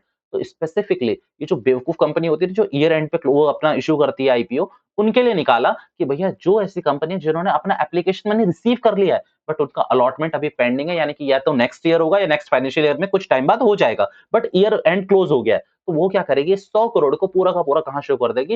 Application money pending allotment पे। भैया यूँ तो हम ऐसे भी शो कर सकते हैं ना कि मान लीजिए कि आज हमारे पास पैसा आया और 10 दिन बाद हमें अलॉटमेंट करनी, तो इस 10 दिन के लिए भी ये पैसा वहाँ शो कर सकते हैं। कर सकते हैं बच्चों, मैं बस एक एग्जांपल ले रहा हूँ, मैं बस एक एग्जांपल ले रहा हूँ। अगर आप इतना दिमाग चला रहे हो तो दैट इज़ वेरी गुड, बहुत अच्छी बात है। मीन्स अगर आप ये कहना चाहते हो कि भैया आप समझो, एप्लीकेशन का पैसा आ जाया, अलॉटमेंट भैया हमें 10 दिन बाद करनी है, तो ये पैसा तब भी तो हम share application money pending allotment पे दिखा सकते हैं, दिखा सकते हैं। बट आपको एक बात बोलूँ, ज़्यादातर कंपनी में ये यहीं फँसता है जब ईयर एंड क्लोज़ होता है। क्योंकि अलॉटमेंट आप देखोगे कि जैसे ही क्लोजिंग हुई, जैसे 30 को हुई, वो 31 को इश्यू मार देंगे। बट ईयर एंड पे कभी भी ज़्यादा कोई आईपीओज़ आते नहीं है, ज़्यादा नहीं आते मेरे हिसाब से। बट आपको क्या करना है, यहाँ पर ये याद रखना है, वो पैसा जिसका एप्लीकेशन मनी आ चुका है बट पेंडिंग अलॉटमेंट है, तो वो स्पेसिफिकली यहाँ पर आएगा। नॉट सो इम्पोर्टेंट, बट हाँ, एक लाइन में इसका हम लिख ही लेते हैं, इन दिस हेड। इसका कोई भी सब हेड नहीं है, इसका मेजर हेड ही है सिर्फ, ठीक है? In this head,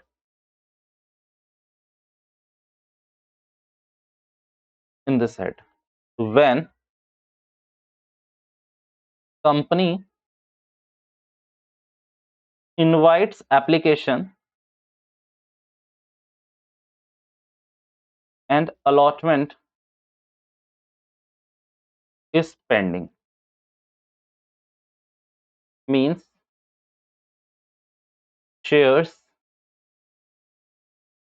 yet to issue. भैया अभी इश्यू होना बाकी है, येट टू इश्यू, ठीक है? Then we will show application money under this, ठीक है? सिर्फ इतना लिख के रखिए, काफी है, ठीक है? अब आपके दो मेजर हेड बच रहे हैं। दो मेजर हेड कौन कौन से? एनसीएल और सीएल, नॉन करंट लायबिलिटी और करंट लायबिलिटी, जिसको मैं 2 मिनट बाद कवर करता हूं। तब तक एक काम करो, आप ब्रेक लो, 2 मिनट के लिए ब्रेक लो, फिर हम इसको कंटिन्यू करते हैं। ब्रेक लीजिए, मैं भी लेता हूं ब्रेक। जी बच्चों, आ गए? ब्रेक के बाद आ गए? फ्रेश हो? जी सर, हमने ब्रेक ले लिया है, आई होप आपने ले लिया हो। एक minute, just give me a second. जी। भैया अभी तक हमने 2 मेजर हेड पढ़ लिए हैं। पहला शेयर होल्डर फंड और दूसरा application money pending allotment. Share application money pending allotment ये हमने पढ़ लिया है। आज अभी यानी कि अभी है हेड 3। भैया ये मत सोचना कि आपने स्किप करके ऐड कर दिया, मैं अभी ले रहा हूँ, कंटिन्यूटी में ले रहा हूँ। हाँ, मेरा ब्रेक 20-25 मिनट का था, आपका छोटा रहा होगा। हेड 3। हेड 3 क्या है आपका? Non current liability. काम करो ना, हटाओ यार हेड 3, सॉरी। मैंने गलती से लिखवा दिया तो आपने भी लिख लिया होगा आई बिलीव, बट मत लिखो आप इसको प्लीज। ये क्या लिखे हम? आप लिखो एनसीएल वर्सेस सीएल। आप एक और लिख सकते हो एनसीए वर्सेस सीए। भैया क्या मतलब है ये? Non current liabilities versus current liabilities, non current assets versus current assets. भैया ये पता कैसे चले कि ये करंट है या नहीं है करंट, ये कैसे पता चले? तो भैया बचपन से आप लोग एक चीज सीखते आए हो कि जो 12 महीने के अंदर हो जाए, जो भी काम आपका 12 मंथ्स के अंदर हो जाए, उसको आप करंट या फिर करंट लाइबिलिटी या फिर करंट एसेट बोलते हो। बट अगर उसमें 12 महीने से ज्यादा का टाइम लग रहा है तो आप उसे नॉन करंट लाइबिलिटी या फिर नॉन करंट एसेट बोल लोगे। ऐसा आप सोच रहे होगे बट आप गलत हो।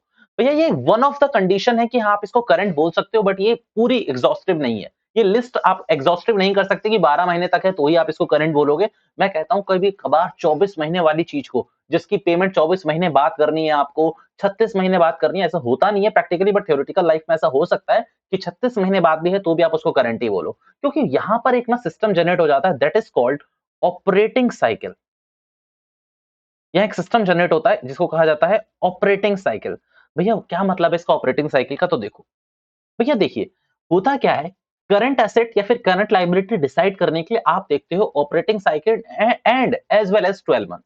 भैया पहले आप देखते हो ऑपरेटिंग साइकिल और फिर देखते हो 12 मंथ। अब ये है क्या, सुनो। ऑपरेटिंग साइकिल का मतलब ये होता है कि किसी एसेट को आपने खरीदा, जैसे कि आपने रॉ मटेरियल खरीदा, रॉ मटेरियल से आपने डब्ल्यूआईपी बनाया, डब्ल्यूआईपी से आपने फिनिश्ड गुड बनाया और फिनिश्ड गुड को आपने सेल करा। भैया सेल कर कर आपने कैश रियलाइज करा। भैया इस पूरी प्रोसेस में कितना टाइम लगा? That is called operating cycle, that is called your operating cycle. But अच्छी बात है टचवुड कि आपको ऑपरेटिंग साइकिल कभी भी निकालनी नहीं होती, क्योंकि ये थोड़ा सा लेंथी काम है, थोड़ा सा लेंथी काम है। ये आप आगे जाके सीखोगे, बट अभी के लिए आपको ऑपरेटिंग साइकिल निकालनी बिल्कुल नहीं है। यहाँ पर अब मैं दोबारा बता देता हूँ। भैया आपने कोई एसेट खरीदी, रॉ मटेरियल टाइप ऑफ, आपने उसको डब्ल्यूआईपी बनाया, आपने उसको फिनिश गुड बनाया, आपने उसको सेल करा, मान लीजिए क्रेडिट सेल करा, उससे फिर आपने कैश रियलाइज करा। यहां से लेकर यहां कैश रियलाइज करने तक जितना टाइम लगा, means acquisition of raw material, या फिर इसे हम कहते हैं acquisition of asset, to convert them into cash and cash equivalents, जितना भी टाइम लगता है उसी को कहा जाता है operating cycle. Time between acquisition of asset and conversion of that asset to cash and cash equivalent, that is called your operating cycle। means raw materials खरीदने से लेकर कैश रिलाइज तक आपको जितना भी टाइम लगता है, that is your operating cycle. जैसे कि अब मेरे एग्जांपल के लिए मान लो कि मैंने 2 महीने रॉ मटेरियल अपने पास रखा, अपने गोडाउन में रखा। भैया फिर मेरे को ना कोई ऑर्डर मिला, तो भैया मैंने 3 महीने में डब्ल्यूआईपी बनाया, फिर मैंने 2 महीने में मैंने फिनिश गुड बनाया। कितने महीने हो गए? 3 और 2 5 और ये 2 7। भैया सेल करने में मेरे को 6 महीने लग गए। अब यहाँ देखो 3 और 2 5 और 7 6, 13 महीने हो गए। और कैश रियलाइज करने में मैंने क्रेडिट सेल करी थी, मुझे 5 महीने और लग गए। तो 6 5 11 12 13, 13 और 5, भैया आपके 16 महीने लग गए। तो मैं आपसे कह सकता हूँ कि भैया जो आपकी ऑपरेटिंग साइकिल है वो 16 महीने की है। मीन्स मैं अभी बताता हूँ, 5 7 6 13, 13 5, गलत करा है हमने यार, 13 5 18 मंथ, 18 मंथ्स, ठीक है? 18 मंथ्स की अपनी ऑपरेटिंग साइकिल हो गई। 6 5 11 12 13, 11 13 16 18 18। नहीं इतनी कैलकुलेशन गंदी नहीं है, बट हाँ कैलसी पे डिपेंड होने का मतलब यही होता है कि आपका माइंड वीक होना शुरू हो जाता है। Okay 18 months. भैया 18 मंथ्स क्या है आपकी ऑपरेटिंग साइकिल? अब मेरी बात ध्यान से सुनना। मान लीजिए किसी कंपनी ने आपको बताया कि जो हमारा ओसी है, ऑपरेटिंग साइकिल है, वो 18 महीने का है, और उसने आपसे बोला कि भैया मेरा ना एक ट्रेड पेबल्स है जो मुझसे कह रहा है कि मैं आपको 14 मंथ्स बाद, आफ्टर 14 मंथ्स आप मुझे पेमेंट कर देना। पेमेंट आफ्टर 14 मंथ, या पेबल्स को हमेशा पेमेंट करते हैं। मान लीजिए या फिर ट्रेड रिसीवेबल्स है जो कह रहा है कि आप मेरे को, आपको जो पेमेंट मैं दूंगा वो कितने महीने बाद? 15 महीने बाद दूंगा। अब आपके हिसाब से जितना आपने बचपन से पढ़ा, आप इन दोनों चीजों को क्या बोलोगे कि भैया ये दोनों चीजें, ये करंट लायबिलिटी है और ये आपकी करंट एसेट्स है, क्योंकि भैया 14 महीने और 15 महीने का कोई फर्क नहीं होता। हम इसको क्या बोलेंगे? हम इसे करंट लायबिलिटी सीधा सीधा बोल देंगे। भैया आपके नॉलेज के हिसाब से करंट लायबिलिटी हो सकती है, बट मैं आपसे अभी भी कहता हूँ अभी भी जो 90% बच्चे हैं, जो ये देखकर तो हो सकता है आप बोल रहे करंट है, इसको बोलेंगे कि नहीं ये करंट लायबिलिटी नहीं है, ये भी करंट एसेट नहीं है। क्यों? क्योंकि वो कहेंगे क्योंकि इसका रियलाइजेशन आफ्टर 12 मंथ्स हो रहा है। ये देखो 14 महीने बाद पेमेंट करनी है। आप इसको बोलोगे कि नहीं, ये भी 15 महीने 12 महीने बाद यानी कि 15 महीने में आपको रिसीव होगा, तो ये भी आपकी करंट एसेट नहीं है और ना ही ये करंट लायबिलिटी है। बट भैया मैं आपको बता दूँ, अब आपका कंपैरिज़न सिर्फ 12 मंथ से नहीं होगा। आपको क्या करना है, पहली लिमिट आपको 12 मंथ्स की चेक करनी है कि भैया 12 महीने के अंदर हो रहा है, तो आपने इस वजह से तो बोल दिया कि हाँ, ये ना ही ये करंट लायबिलिटी है, ना ही ये करंट एसेट है। 12 महीने तक तो नहीं है ये। बट आप देखोगे क्या इसकी ऑपरेटिंग साइकिल 12 महीने से ज़्यादा है? अगर इसकी ऑपरेटिंग साइकिल 12 महीने से ज़्यादा है, तो आपको चेक करना पड़ेगा कि कितना। अब मान लीजिए इसके 18 महीने हैं और आप कह रहे हो कि 14 महीने में रियलाइज़ हो जाएगा, तो भैया within operating cycle realise हो रहा है, तो दैट मीन्स हाँ, ये करंट लायबिलिटी है और हाँ, ये करंट एसेट है। भैया हमें समझ ढीला नहीं आया, आप जितनी भी मेहनत कर लो अभी तो नहीं आया। जब तक 2-3 एग्ज़ाम्पल नहीं दोगे, जब तक हमारे कान पे नहीं दोगे 2-3 हमें समझ नहीं आएगा। ठीक है, ऐसी बात है तो देते हैं एग्ज़ाम्पल एग्ज़ाम्पल कान पे नहीं, वो गलत बात है। सुनो, भैया करंट एसेट या करंट लायबिलिटी डिसाइड करने के लिए मैं प्रोसेस लिख रहा हूँ ना लिखो, ये उतार लेना बाद में, अभी समझो। सबसे पहले फोकस ऑन 12 मंथ्स। भैया 12 महीने पे फोकस करो। अब यहाँ पर क्या हो सकता है, 2 केसेस होते हैं, मैं दोनों केसेस बना देता हूँ।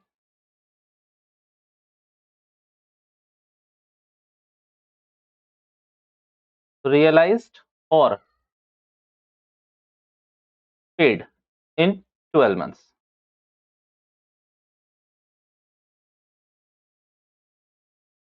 नॉट रियलाइज्ड, ये पेड में ना लायबिलिटी के लिए लिख रहा हूं, और पेड इन 12 मंथ्स। मैं एक तरीके से ये भी बोल सकता हूं,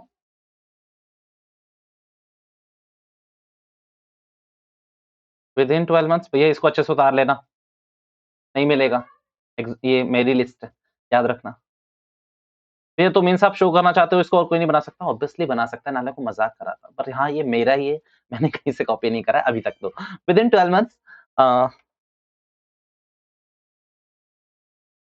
आफ्टर 12 मंथ्स, ये 12 होता है, sorry. With in 12 months after 12 months. भैया अगर आपका विद इन 12 मंथ्स हो रहा है, तो भैया या तो वो करंट एसेट ही होगा या फिर वो करंट लायबिलिटी होगा, इसमें मेरी लड़ाई है ही नहीं। अगर आपका जो भी करंट एसेट या करंट लायबिलिटी है रियलाइज या पेड विद इन 12 मंथ्स हो रहा है, तो कोई दिक्कत की बात नहीं है, वहां पर वो करंट लायबिलिटी और करंट एसेट ही है। बट आफ्टर 12 मंथ्स है तो आपको चेक करना पड़ेगा क्या, now we will check operating cycle of company और एंटिटी वट एवर। ठीक है,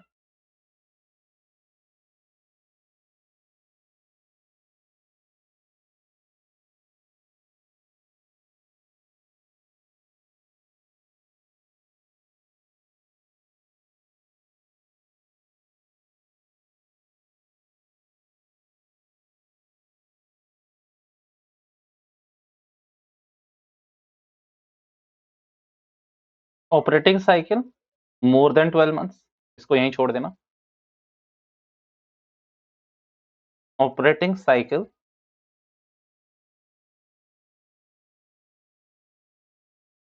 लेस देन 12 मंथ्स। ये ऐसे टाइम पे ना समझाऊंगा नहीं, याद रखना। तो ये सोच रहे हो कि ऐसे टाइम में भी समझा देंगे। Not CA and CL. भैया ये नहीं है सीए सीएल, इंस्टेड जो ये होगा या तो ये एनसीए होगा और या फिर ये एनसीएल होगा। ठीक है, और लिख लो। ठीक है, और लिखो, ना ही ये सीए है ना ही ये सीएल होगा, ये इंस्टेड या तो एनसीए होगा या फिर एनसीएल होगा। भैया क्या कहना चाहते हो, सुनो। भैया एग्जाम्पल के तौर पे मैं समझाता हूँ, ये मैंने नोट पूरा प्लीज कर लेना अभी, बट अभी मेरी बात सुनो। भैया मान लीजिए कि आपको कोई चीज रियलाइज होनी थी 12 महीने के अंदर। ठीक है, यानी कि 8 महीने में ट्रेड पेबल्स रिसीव होने थे, 8 महीने में ट्रेड रिसीवेबल्स को आपको रिसीव होने थे, या फिर 8 महीने 9 महीने 10 महीने बाद आपको ट्रेड पेबल्स को पे करना था। तो भैया आप इस कैटेगरी में आ गए, रियलाइज या फिर पेड इन 12 मंथ्स। तो भैया ठीक है, करंट एसेट और करंट लायबिलिटी आप डिफाइन कर सकते हो। करंट एसेट्स यानी कि जिससे आपको रिसीव होना है, करंट लायबिलिटी यानी कि जिसको आपको पे करना है। That is not a case, भैया छोड़ो इसको। भैया मान लीजिए कि 12 महीने के अंदर नहीं हो रहा, आप समझिए, आपका कोई ट्रेड रिसीवेबल है, जो ये कह रहा है कि मैं तेरे को 16 महीने में पेमेंट करूँगा, 16 महीने में पेमेंट करूँगा।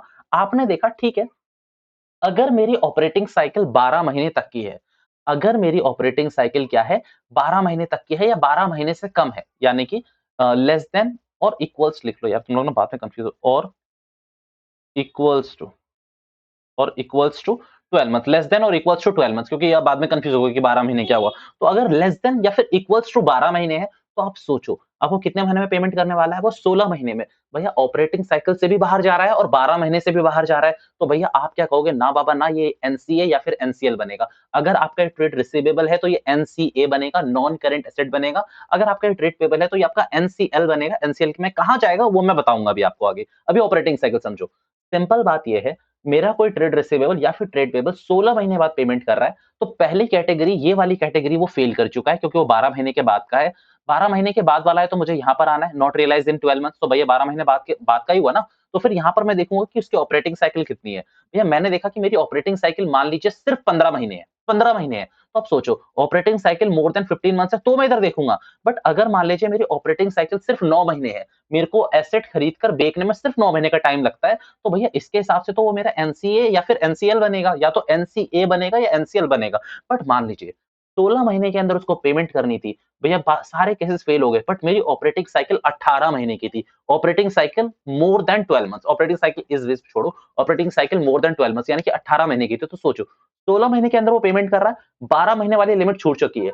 भैया 12 महीने की लिमिट नहीं चेक करनी है, मुझे ऑपरेटिंग साइकिल भी चेक करनी है। तो ऑपरेटिंग साइकिल में मैंने क्या चेक करा कि भैया वो कितने महीने में पे कर रहा है, 16 महीने में। मेरी ऑपरेटिंग साइकिल कितने महीने की है, 18 महीने की। तो विद इन अगर ऑपरेटिंग साइकिल है, तो हाँ वो करंट एसेट बनेगा या फिर करंट लायबिलिटी बनेगा। अब यहां पर देखो,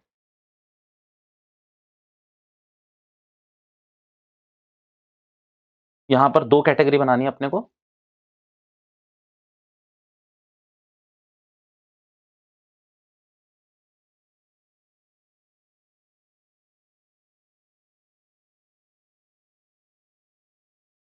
रियलाइज्ड और पेड अंडर ऑपरेटिंग साइकिल है, तो जी वो सी ए या फिर सी एल बनेगा। प्लीज यहां से कॉपी कर लेना। अगर आफ्टर ऑपरेटिंग साइकिल है, तो सेम वो एनसीए या फिर एनसीएल बनेगा। तो ऐसे केसेस बता दीजिए, आ जाइए, बहुत सारे केसेस करते हैं, तब आपको समझ आएगा, फिर ये सारे नोट्स आपको कवर हो जाएंगे। एग्जाम्पल, पेड करना है अपने को, यानी कि ये पेड वाली अमाउंट है, ये पेड इतने दिन में करना है। ये अपनी ऑपरेटिंग साइकिल। अब सुनना, यहाँ पर मैं लिख देता हूँ 9 महीने, 12 महीने, 15 महीने। ठीक है, मेरे को केस बनाने दो प्लीज। ऑपरेटिंग साइकिल 5 महीने। काम करते हैं ना, दो दो ले लेते हैं।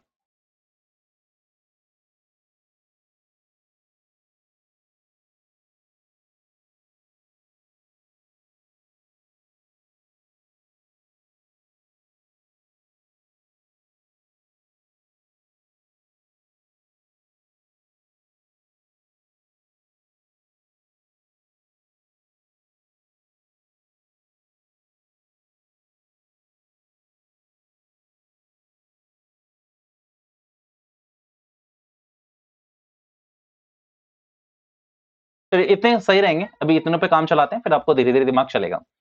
भैया पेड वो कितने महीने में कर रहा है, 9 महीने में।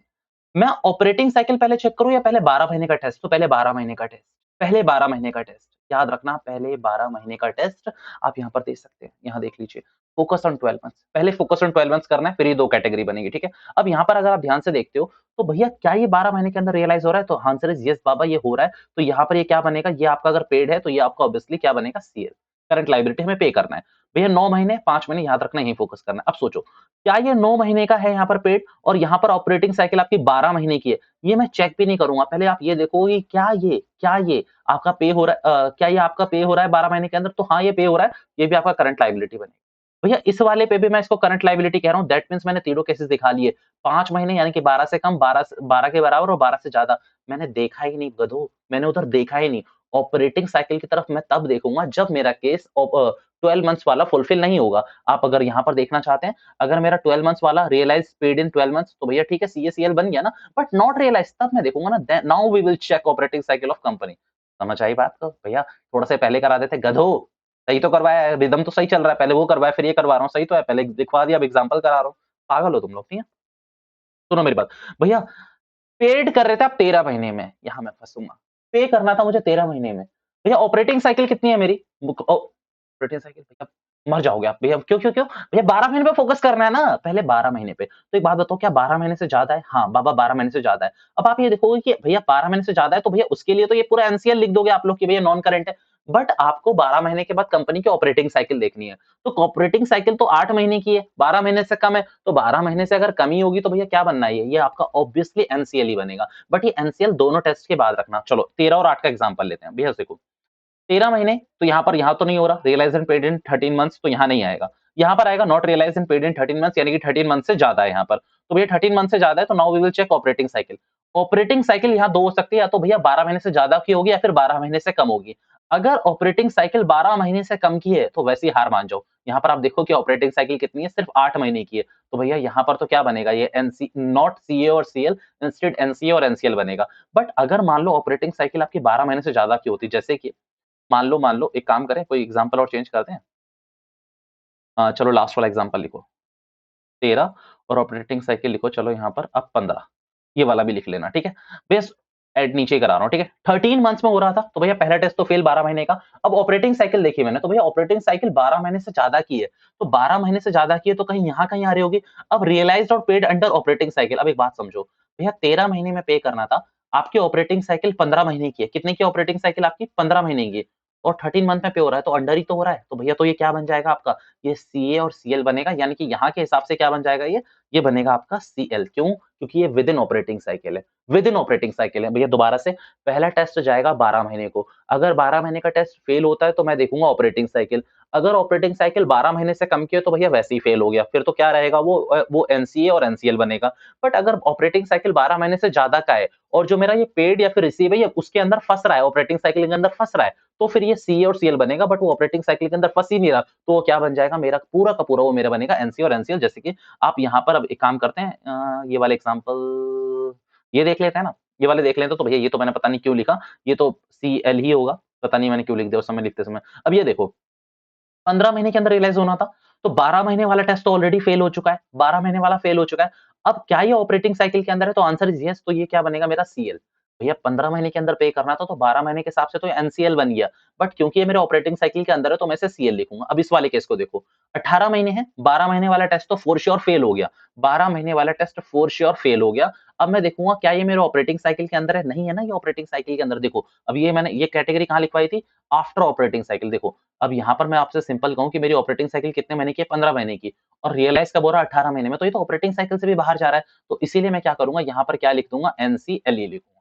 यहाँ पर क्या लिखूँगा मैं एनसीएलई लिखूँगा। अब दोबारा से बता देता हूँ देखो, यहाँ पर 18 महीने आपका क्या हो रहा था? 18 महीने बाद रियलाइज़ हो रहा था।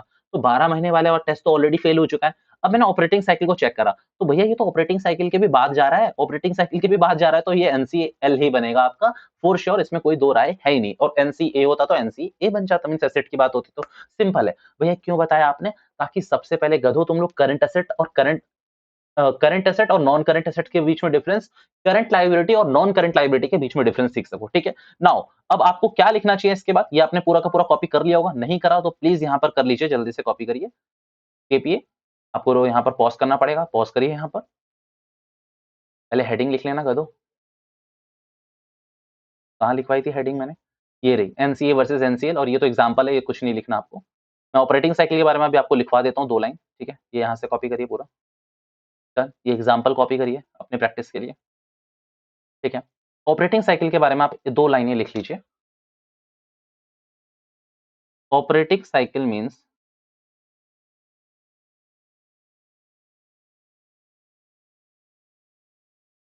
Total duration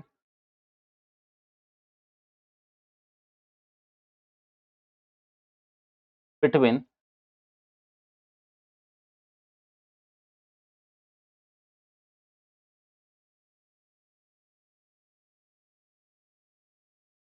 preparation of asset and convert them into cash and cash equivalents. ठीक है। Operating cycle means total duration between preparation of asset, asset को सही से लिख देता हूँ, preparation of assets and convert them into cash and cash equivalents. भैया simple है, अगर आपको एग्जांपल के तौर पे लिखना है, raw material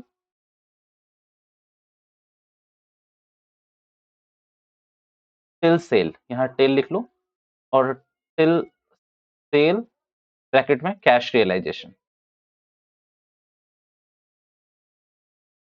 till cash realisation, यहां तक लिख सकते हैं। रॉ मटेरियल को टिल सेल कैश रियलाइजेशन तक आपका कितना टाइम लगता है, वो पूरा का पूरा टाइम आपका क्या होगा, ऑपरेटिंग साइकिल होगा।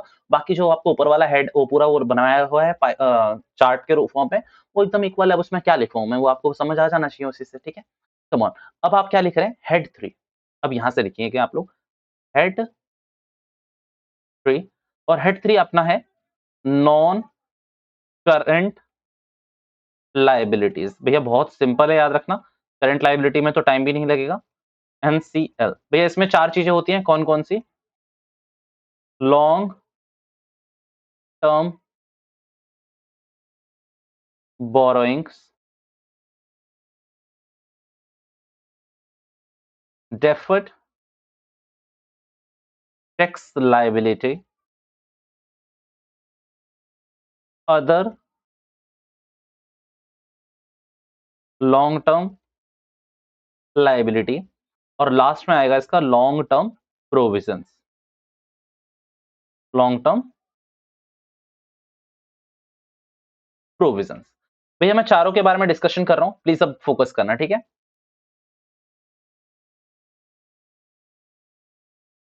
सब हेड 1 एलटीबी लिख लेना, लॉन्ग टर्म बोरोइंग। बेहद सिंपल है, आप कंपनी चलाने के लिए बहुत सारी बोरोइंग करते हो, और एक लॉन्ग टर्म बोरोइंग तो मैं आपको बहुत अच्छे से पढ़ा के आ चुका हूं, दैट इज डिबेंचर। तो भैया डिबेंचर का क्या होता है, पैसा आपको ना कम से कम या तो 12 महीने या फिर ऑपरेटिंग साइकिल के बाद, भैया जो भी हो सकता है, 12 मंथ्स और आफ्टर ऑपरेटिंग साइकिल बाद पे करना है, तो वो कहां पर आएगा, आपका लॉन्ग टर्म बोरोइंग्स में आएगा। कहां पर आएगा, लॉन्ग टर्म बोरोइंग्स में। भैया डिबेंचर ले लो, बैंक लोन ले लो, आप पब्लिक डिपॉजिट्स ले लो, आपने किसी बंदे से उधार लिया, आपने 10 साल के लिए उधार लिया, दैट मीन्स वो 12 महीने और ऑपरेटिंग साइकिल के बाद ही हुआ, तो वो कहाँ पर आएगा, आपका लॉन्ग टर्म बोरोइंग में। मीन्स एग्जामिनर आपको कैसे फंसाएगा, वो कहेगा कि एक बोरोइंग करी कंपनी ने, पर उसका पेमेंट 12 महीने के अंदर होना था, तो वो लॉन्ग टर्म बोरोइंग में नहीं आएगा, वो शॉर्ट टर्म बोरोइंग में आएगा, यानी कि सीएल में आएगा वो। बट मान लीजिए वो कह रहा है कि 24 महीने बाद पेमेंट करनी है, और ऑपरेटिंग साइकिल आपको 25 महीने कह रहा है, तब भी वो करंट ही है। इस चीज को आपको अच्छे से डिफाइन करना पड़ेगा, एग्जामिनर की सोच से हमें आगे से चल रहा है, तभी हम उसमें भैया उसको ना बीट कर सकते हैं, क्योंकि एग्जामिनर तो एक नॉलेजेबल बंदा है ही ना, हमें उसकी नॉलेज उसके बराबर या फिर उससे ऊपर रखनी पड़ेगी, तभी हम उसको बीट कर सकते हैं।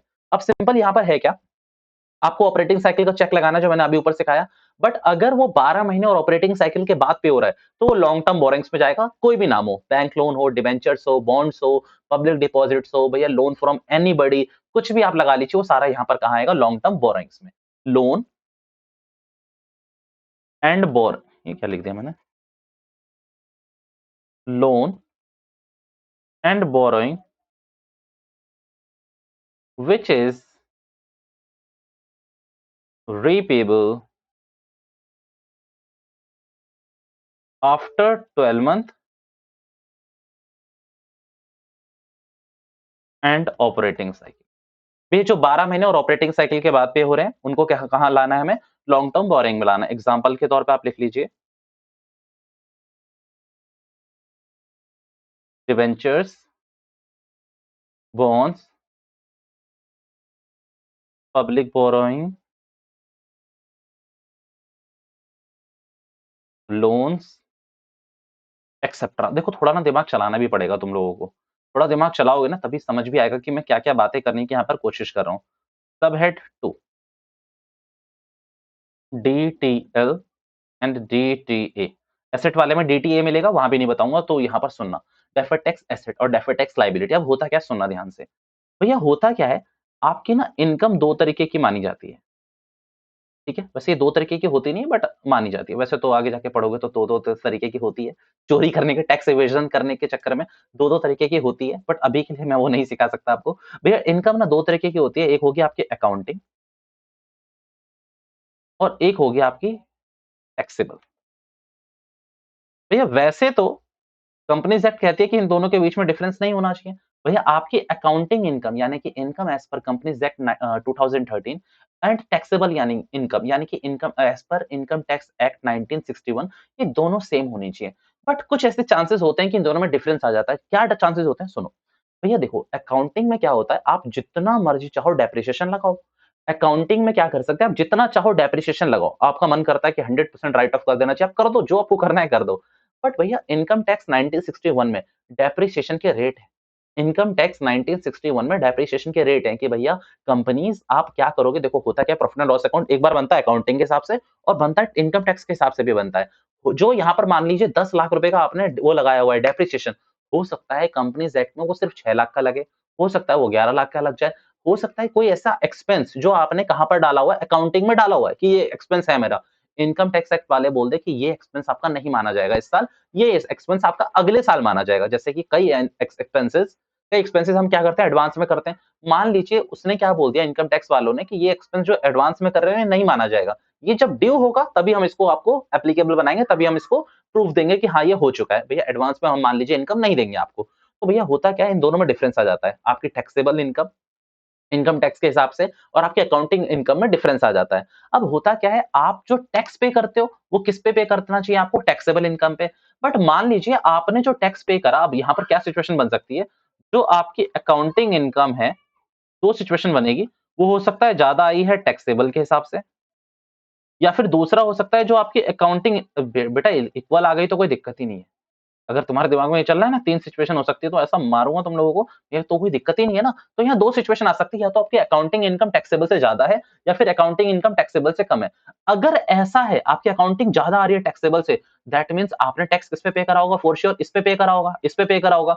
तो आपने क्या करा, बहुत ज़्यादा टैक्स पे कर दिया है। तो जो आपने ज़्यादा टैक्स पे कर दिया है उसे कहा जाएगा डेफर्ड टैक्स। यानी कि यहाँ पर जो भी टैक्स के बीच में डिफरेंस है ना, वो क्या कहा जाता है? Deferred tax. बट अगर मैं बोलूँ कि मेरी अकाउंटिंग इनकम ज़्यादा थी तो मैंने टैक्स ज़्यादा पे कर दिया होगा, तो इसे कहा जाता है डीटीए यानी कि डेफर्ड टैक्स एसेट। इसे क्या कहा जाता है? Deferred tax asset. भैया अकाउंटिंग इनकम मान लीजिए आपकी टैक्सेबल इनकम से कम थी, आपकी अकाउंटिंग इनकम क्या थी? कम थी और टैक्सेबल इनकम ज़्यादा थी, तो दैट मीन्स आपने कम टैक्स भरा है और अगर आपने कम टैक्स भरा है तो ऑब्वियसली डेफर्ड टैक्स तो किया है आपने, बट ये किस नाम से आएगा? डेफर्ड टैक्स लायबिलिटी के हिसाब से आता है। ये बुक्स में किसके नाम से आता है? डेफर्ड टैक्स लायबिलिटी के हिसाब से। भैया दोबारा से रिपीट कर रहा हूँ, सुनना। भैया अकाउंटिंग इनकम और अगर टैक्सेबल इनकम यानी कि जो इनकम टैक्स के हिसाब से निकलती है, उन दोनों में कई बार डिफरेंस आ जाता है। मान लीजिए आपने टैक्स ज़्यादा पे कर दिया, तो भैया आपकी एसेट बनेगी, आपको भैया बाद में आप रिकवरी चाहोगे ना, बट अगर आपने टैक्स कम पे करा है, तो वो आपकी डेफर्ड टैक्स लायबिलिटी बनेगी और इन दोनों के आगे लिखा जाता है नेट। यानी कि मान लीजिए आपका पिछले साल का डेफर्ड टैक्स एसेट था, इस बार का डेफर्ड टैक्स लायबिलिटी, तो उन दोनों को सेट ऑफ मार लो और उसका नेट शो करो। या तो डीटीए शो होगा यानी कि डेफर्ड टैक्स एसेट या फिर डीटीएल शो होगा यानी कि डेफर्ड टैक्स लायबिलिटी, इन दोनों को साथ में शो कभी नहीं करते, पहली बात। दूसरी बात, फुद्दू चीज़ जी। भैया फुद्दू चीज़ क्यों है? भैया ये कभी भी कैश में रियलाइज़ या पे नहीं होती, ये सेट ऑफ हो जाती है आगे जाकर। भैया सिंपल, मैंने क्या एग्ज़ाम्पल लिया कि आपने क्या बोला कि ये इनकम, ये एक्सपेंस हम इस साल नहीं अलाउ करते। टैक्सेबल वालों ने कहा इस साल अलाउ नहीं करते। अगर आप वो इस साल अलाउ नहीं कर रहे हो तो आपकी जो टैक्सेबल इनकम है वो ज़्यादा आ रही है। ये अगले साल तो अलाउ करोगे तो अगले साल मेरी जो टैक्सेबल इनकम है वो कम हो जाएगी। लेट्स से 2 लाख रुपए का मैंने कोई एक्सपेंस किया हुआ था, जो कंपनी ने, जो इनकम टैक्स वालों ने बोला हम आपको अलाउ नहीं कर रहे हैं। तो उस 2 लाख की वजह से मेरी जो अकाउंटिंग इनकम है वो क्या आ रही होगी? ज़्यादा आ रही, वो टैक्सेबल इनकम है क्या आ रही होगी? ज़्यादा आ रही होगी। क्योंकि एक्सपेंस बुक ही नहीं हुआ ना। जब एक्सपेंस बुक नहीं हुआ तो टैक्सेबल इनकम बढ़ के आएगी और अकाउंटिंग इनकम कम आएगी। भैया इस साल 2 लाख का डिफरेंस आ जाएगा, जिसको मैं क्या शो करूँगा कि भैया जो भी शो करना है, डीटीएल या डीटीए। भैया वैसे क्या शो करूँगा सच में बताऊँ? मैं, आप सुनो, आपने अकाउंटिंग इनकम कम थी, टैक्सेबल इनकम ज़्यादा है, तो आपका डीटीएल आएगा। आपका डीटीएल आएगा, आप चेक कर लो, टैक्सेबल इनकम ज़्यादा है। बट अगर मैं अगले साल की बात करूँ, तो भैया मेरी टैक्सेबल इनकम कम आने वाली है और अकाउंटिंग इनकम ज़्यादा आने वाली है। भैया क्यों? भैया क्यों? उल्टा नहीं बोल रहे आप, सोचो। दोबारा से देखो, मैं पूरा एग्ज़ाम्पल मैं बताता हूँ, मैं भी कन्फ्यूज़ हो गया, सुनो। मान लीजिए आपने 2 लाख रुपए का कोई एक्सपेंस बुक करना था, आपने नहीं करने दिया, इनकम टैक्स वालों ने नहीं करने दिया। तो उसकी वजह से आपका अकाउंटिंग का प्रॉफिट गिरेगा और आपका जो टैक्सेबल वाला है, उल्टा, अब यही यही हम गलत कर रहे हैं, यही हम गलत कर रहे हैं। मान लो अब 2 लाख रुपए आपने अलाउ नहीं करने दिए, तो भैया आपका अकाउंटिंग का प्रॉफिट ज़्यादा आ रहा होगा और टैक्सेबल का क्या आ रहा होगा? कम आ रहा होगा। क्योंकि भैया सुनो, इसमें आपने उस एक्सपेंस को, यार मैं 1 मिनट लेट मी, प्रॉफिट, हाँ, सही है। हम पहले वाला ही सही कर रहे थे, सुनो। भैया 2 लाख का एक्सपेंस उन्होंने अलाउ नहीं करा, तो भैया जो हमारी अकाउंटिंग इनकम है वो कम हो गई और टैक्सेबल इनकम ज़्यादा होगी, क्योंकि देखो एक्सपेंस अलाउ नहीं कर रहा है तो टैक्सेबल इनकम ज़्यादा आएगी। दोबारा से प्लीज़, लास्ट टाइम है। टैक्सेबल इनकम आपकी ज़्यादा आ रही होगी, पक्की बात है, और आपकी अकाउंटिंग इनकम क्या है? कम है। अब समझो ये जो 2 लाख का है, ये क्या शो हो रहा होगा कि भैया यहाँ पर डीटीएल आएगा। यहाँ पर डीटीएल आएगा क्योंकि आपकी टैक्सेबल इनकम ज़्यादा थी। अब इस डीटीएल को मान लो 2 लाख रुपए आपने लिख कर छोड़ दिया इस पे कहीं। अब समझो अगले साल क्या होगा? अगले साल आपके इनकम टैक्स वाले में तो इसको क्या करने देंगे, अलाउ करने देंगे। जैसे ही इनकम टैक्स में अलाउ करने देंगे, तो भैया इसका प्रॉफिट तो ऑलरेडी 2 लाख रुपए गिरेगा, क्योंकि इसमें अब एक एक्सपेंस अलाउ हुआ है जो पिछले साल नहीं हुआ था। भैया इसमें तो करोगे ही नहीं ना, अकाउंटिंग वालों में तो करोगे ही नहीं। भैया क्यों नहीं करेंगे? क्योंकि अकाउंटिंग में तो ऑलरेडी प्रीवियस ईयर में चार्ज हो चुका है।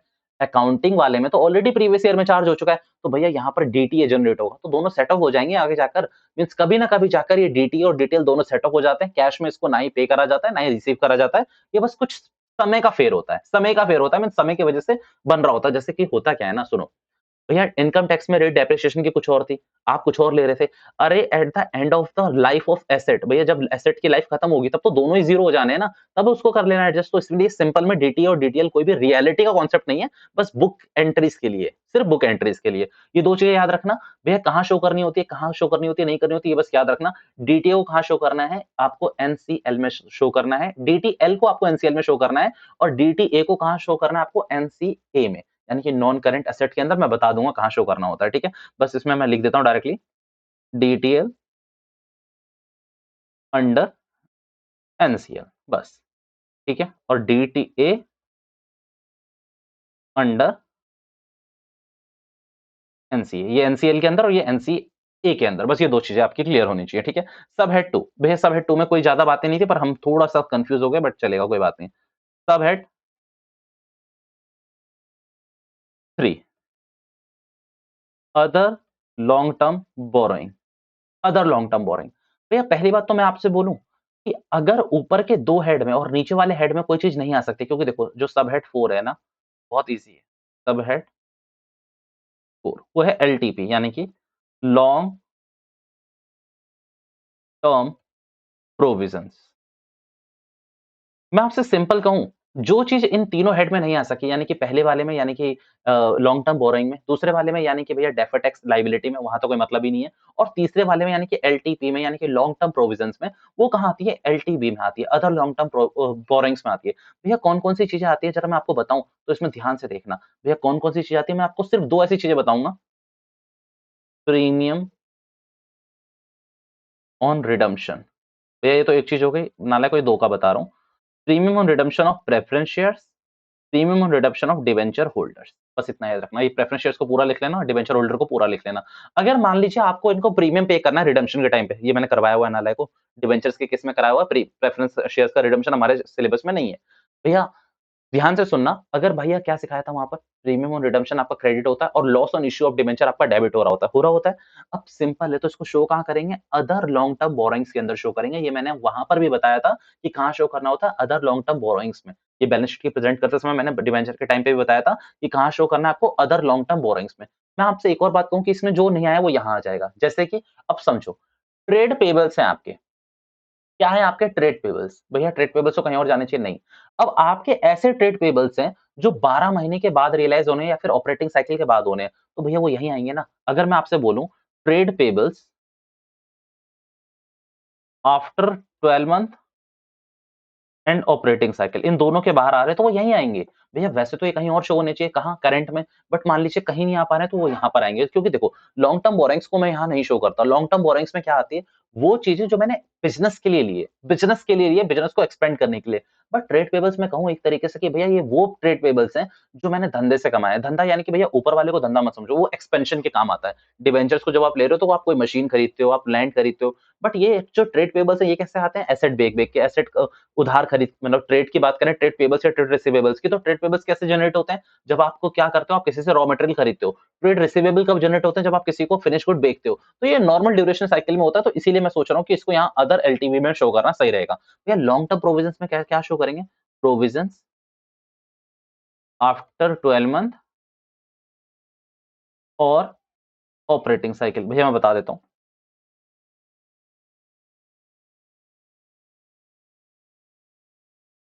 प्रोविजंस फॉर वारंटी क्लेम्स, अब इसका मैं मतलब बताऊंगा।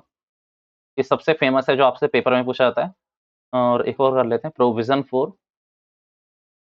ग्रेचुइटी, एक और कर लेते हैं, provision for retirement benefit. Provision for leave encashment भी हो सकता है, बट रिटायरमेंट बेनिफिट्स तक हम रुकते हैं। भैया सिंपल, ये है क्या वो आपको नहीं जानना। मैं आपको बताता हूँ कि इन सब की पेमेंट भैया प्रोविज़न होता क्या है? भैया एक ऐसी फ्यूचर लायबिलिटी जो अभी सर्टेन नहीं है, तो उसके लिए आप प्रोविज़न बना लेते हो। उसका अमाउंट सर्टेन नहीं है, उसका होना ना होना तो सर्टेन है। बट उसका भैया क्या उसका अमाउंट सर्टेन नहीं है तो आप उसका प्रोविज़न बनाते हो। जैसे कि मान लीजिए मेरा काम था कुकर्स बेचने का, कुकर बेचता था मैं। मैंने ना कोई चलो एक फैन बेचता था, मैं फैन बेचता था, फैन यानी कि वो जो सीलिंग फैन होता है। उस सीलिंग फैन में मैं 2 साल की गारंटी देता था। अब सुनो, भैया होता क्या था उस 2 साल में भैया अगर कोई फ़ॉल्ट आ गया या फिर कुछ भी ऐसा हो गया तो वो मुझे पे करना पड़ेगा या फिर उसको रिपेयर करना पड़ेगा अंडर वारंटी क्लेम या मुझे उसके पार्ट्स को या फिर जो भी सर्विस है वो मुझे करना पड़ेगा। अब समझो इस साल मेरे जितने भी फैन्स बिके हैं, मान लीजिए 1000 फैन बिके हैं, तो 1000 फैन के लिए मैं प्रोविज़न फॉर वारंटी क्लेम यानी कि मुझे पता है कि भैया 1000 फैन में से 2000 200 फैन्स ऐसे होते हैं जिन पे मुझे वारंटी क्लेम देना पड़ता है और वारंटी क्लेम देने का खर्चा है ₹100 तो 200 इंटू 100 यानी कि ₹20,000 मैं प्रोविज़न फॉर वारंटी क्लेम्स में कर लूँगा। क्यों? क्योंकि ये 2 साल के लिए है। 2 साल यानी कि भैया 12 मंथ से तो ज़्यादा हो ही गया। मान लीजिए मेरी ऑपरेटिंग साइकिल भी 12 महीने या उससे कम थी, तो 2 साल के लिए मैंने प्रोविज़न फॉर वारंटी क्लेम को यहाँ पर शो कर दिया। भैया मान लीजिए मेरा वारंटी क्लेम सिर्फ 6 महीने का था, तो फिर मैं इसको कहाँ दिखाऊँगा? फिर मैं इसको शॉर्ट टर्म प्रोविज़न्स में दिखाऊँगा सीएल के अंदर, यानी कि करंट लायबिलिटी के अंदर। प्रोविज़न फॉर ग्रेच्युइटी भैया रिटायरमेंट के समय पे करते हैं, रिटायरमेंट बेनिफिट्स रिटायरमेंट के समय पे करते हैं, ये लॉन्ग टर्म्स के लिए है। तो बस आपको याद रखना है, प्रोविज़न जो आपको लग रहा है कि लॉन्ग टर्म के लिए है, वो कहाँ पर आएगा? लॉन्ग टर्म प्रोविज़न्स के अंदर, यानी कि एलटीपी के अंदर शो करने हैं आपको, जिसका सब हेड तो एलटीपी होगा, जिसका जिसका हम अगर हेड बात करें तो हेड क्या होगा बताना चाह रहा? हेड क्या होगा? एनसीएल। ये इसकी सब हेड है। हेड क्या होगा? NCL non current liability. भैया लास्ट देखते हैं हम कि क्या है जल्दी से। आपको लिखना चाहिए 4th हेड करंट लायबिलिटी, ठीक है? करंट लायबिलिटी को मैं एक बार चेक कर लूँ कि उसमें कौन-कौन से आते हैं। मतलब मैं लाइन चेक करना चाहता हूँ। STB short term borrowings, B आ जाओ, ट्रेड पेबल्स, सी आ जाओ, अदर सीएल एंड डी आ जाओ आपके शॉर्ट टर्म प्रोविजंस। अब इसको ना मुझे ज़्यादा चीज़ें लिखवानी नहीं है, सुनो। भैया वो प्रोविजंस जो कितने भैया विद इन 12 मंथ्स और ऑपरेटिंग साइकिल। तो वो कहाँ पर आ जाते हैं आपके? वो इसमें आ जाएँगे शॉर्ट टर्म प्रोविजंस में। भैया अदर करंट लायबिलिटी की बात मैं बाद में करूँगा। ट्रेड पेबल्स अभी कहीं शो करा था आपने। भैया आपने मेरे से बोला कि भैया ट्रेड पेबल्स आप कहाँ को शो कर सकते हो? अदर लॉन्ग टर्म लायबिलिटीज़ में भी शो कर सकते हो। भैया बट यहाँ पर तो स्पेशली इसका हेड दे रखा है ऑब्वियसली क्योंकि अक्सर ये माना जाता है या तो ये 12 मंथ्स और ऑपरेटिंग साइकिल के अंडर ही होगा। ये ऑपरेटिंग साइकिल और 12 मंथ्स के अंदर होगा क्योंकि थ्योरेटिकल मैंने वर्ड यूज़ करा था। थ्योरेटिकली ऐसा होता है कि इतना लॉन्ग जाता है, बट वो 12 मंथ्स और किसके अंदर? ऑपरेटिंग साइकिल के अंदर ही होता है। भैया याद रखना ट्रेड पेबल्स का मतलब यहाँ पर क्रेडिटर्स भी होगा और बीपी भी होगा। क्रेडिटर्स और बीपी दोनों आपको शो करने हैं। ट्रेड पेबल्स के अंदर क्रेडिटर्स, बीपी दोनों आते हैं यहाँ पर, ठीक है? भैया ट्रेड पेबल्स रिसीवेबल्स की बात करूँ तो डेटर्स और बीआर दोनों आएँगे, वो मैं एसेट्स के टाइम पे बात कर लूँगा। एसटीबी यानी कि शॉर्ट टर्म बोरोइंग्स यानी कि ऐसी बोरोइंग जो मेरे को 12 महीने या विद इन ऑपरेटिंग साइकिल पे करनी है वो शॉर्ट टर्म बोरोइंग्स में आ जाती है। ऐसी बोरोइंग जो शॉर्ट टर्म यानी कि 12 महीने उसके अंदर हो जैसे कि डिबेंचर्स मैंने इश्यू करे और सिर्फ 6 महीने के लिए मैंने उनको करा है, 6 महीने के लिए तो इसमें आएँगे। मैंने कोई बैंक लोन लिया सिर्फ वो 12 महीने के लिए था, इसमें आएगा। मैंने कोई बैंक लोन लिया जो कि ऑपरेटिंग साइकिल 18 महीने की थी, मेरे को 17 महीने के अंदर पे करना था, इसमें आएगा। भैया मान लीजिए कोई लॉन्ग टर्म बोरोइंग थी, यानी कि डिबेंचर्स, उनकी रिडेम्पशन अब अगले साल होने वाली थी। पहले तो वो 20 साल के लिए इश्यू थे, बट आज वो साल आ चुका है कि अगले 1 साल के अंदर वो क्या हो जाएँगे, रिडीम हो जाएँगे।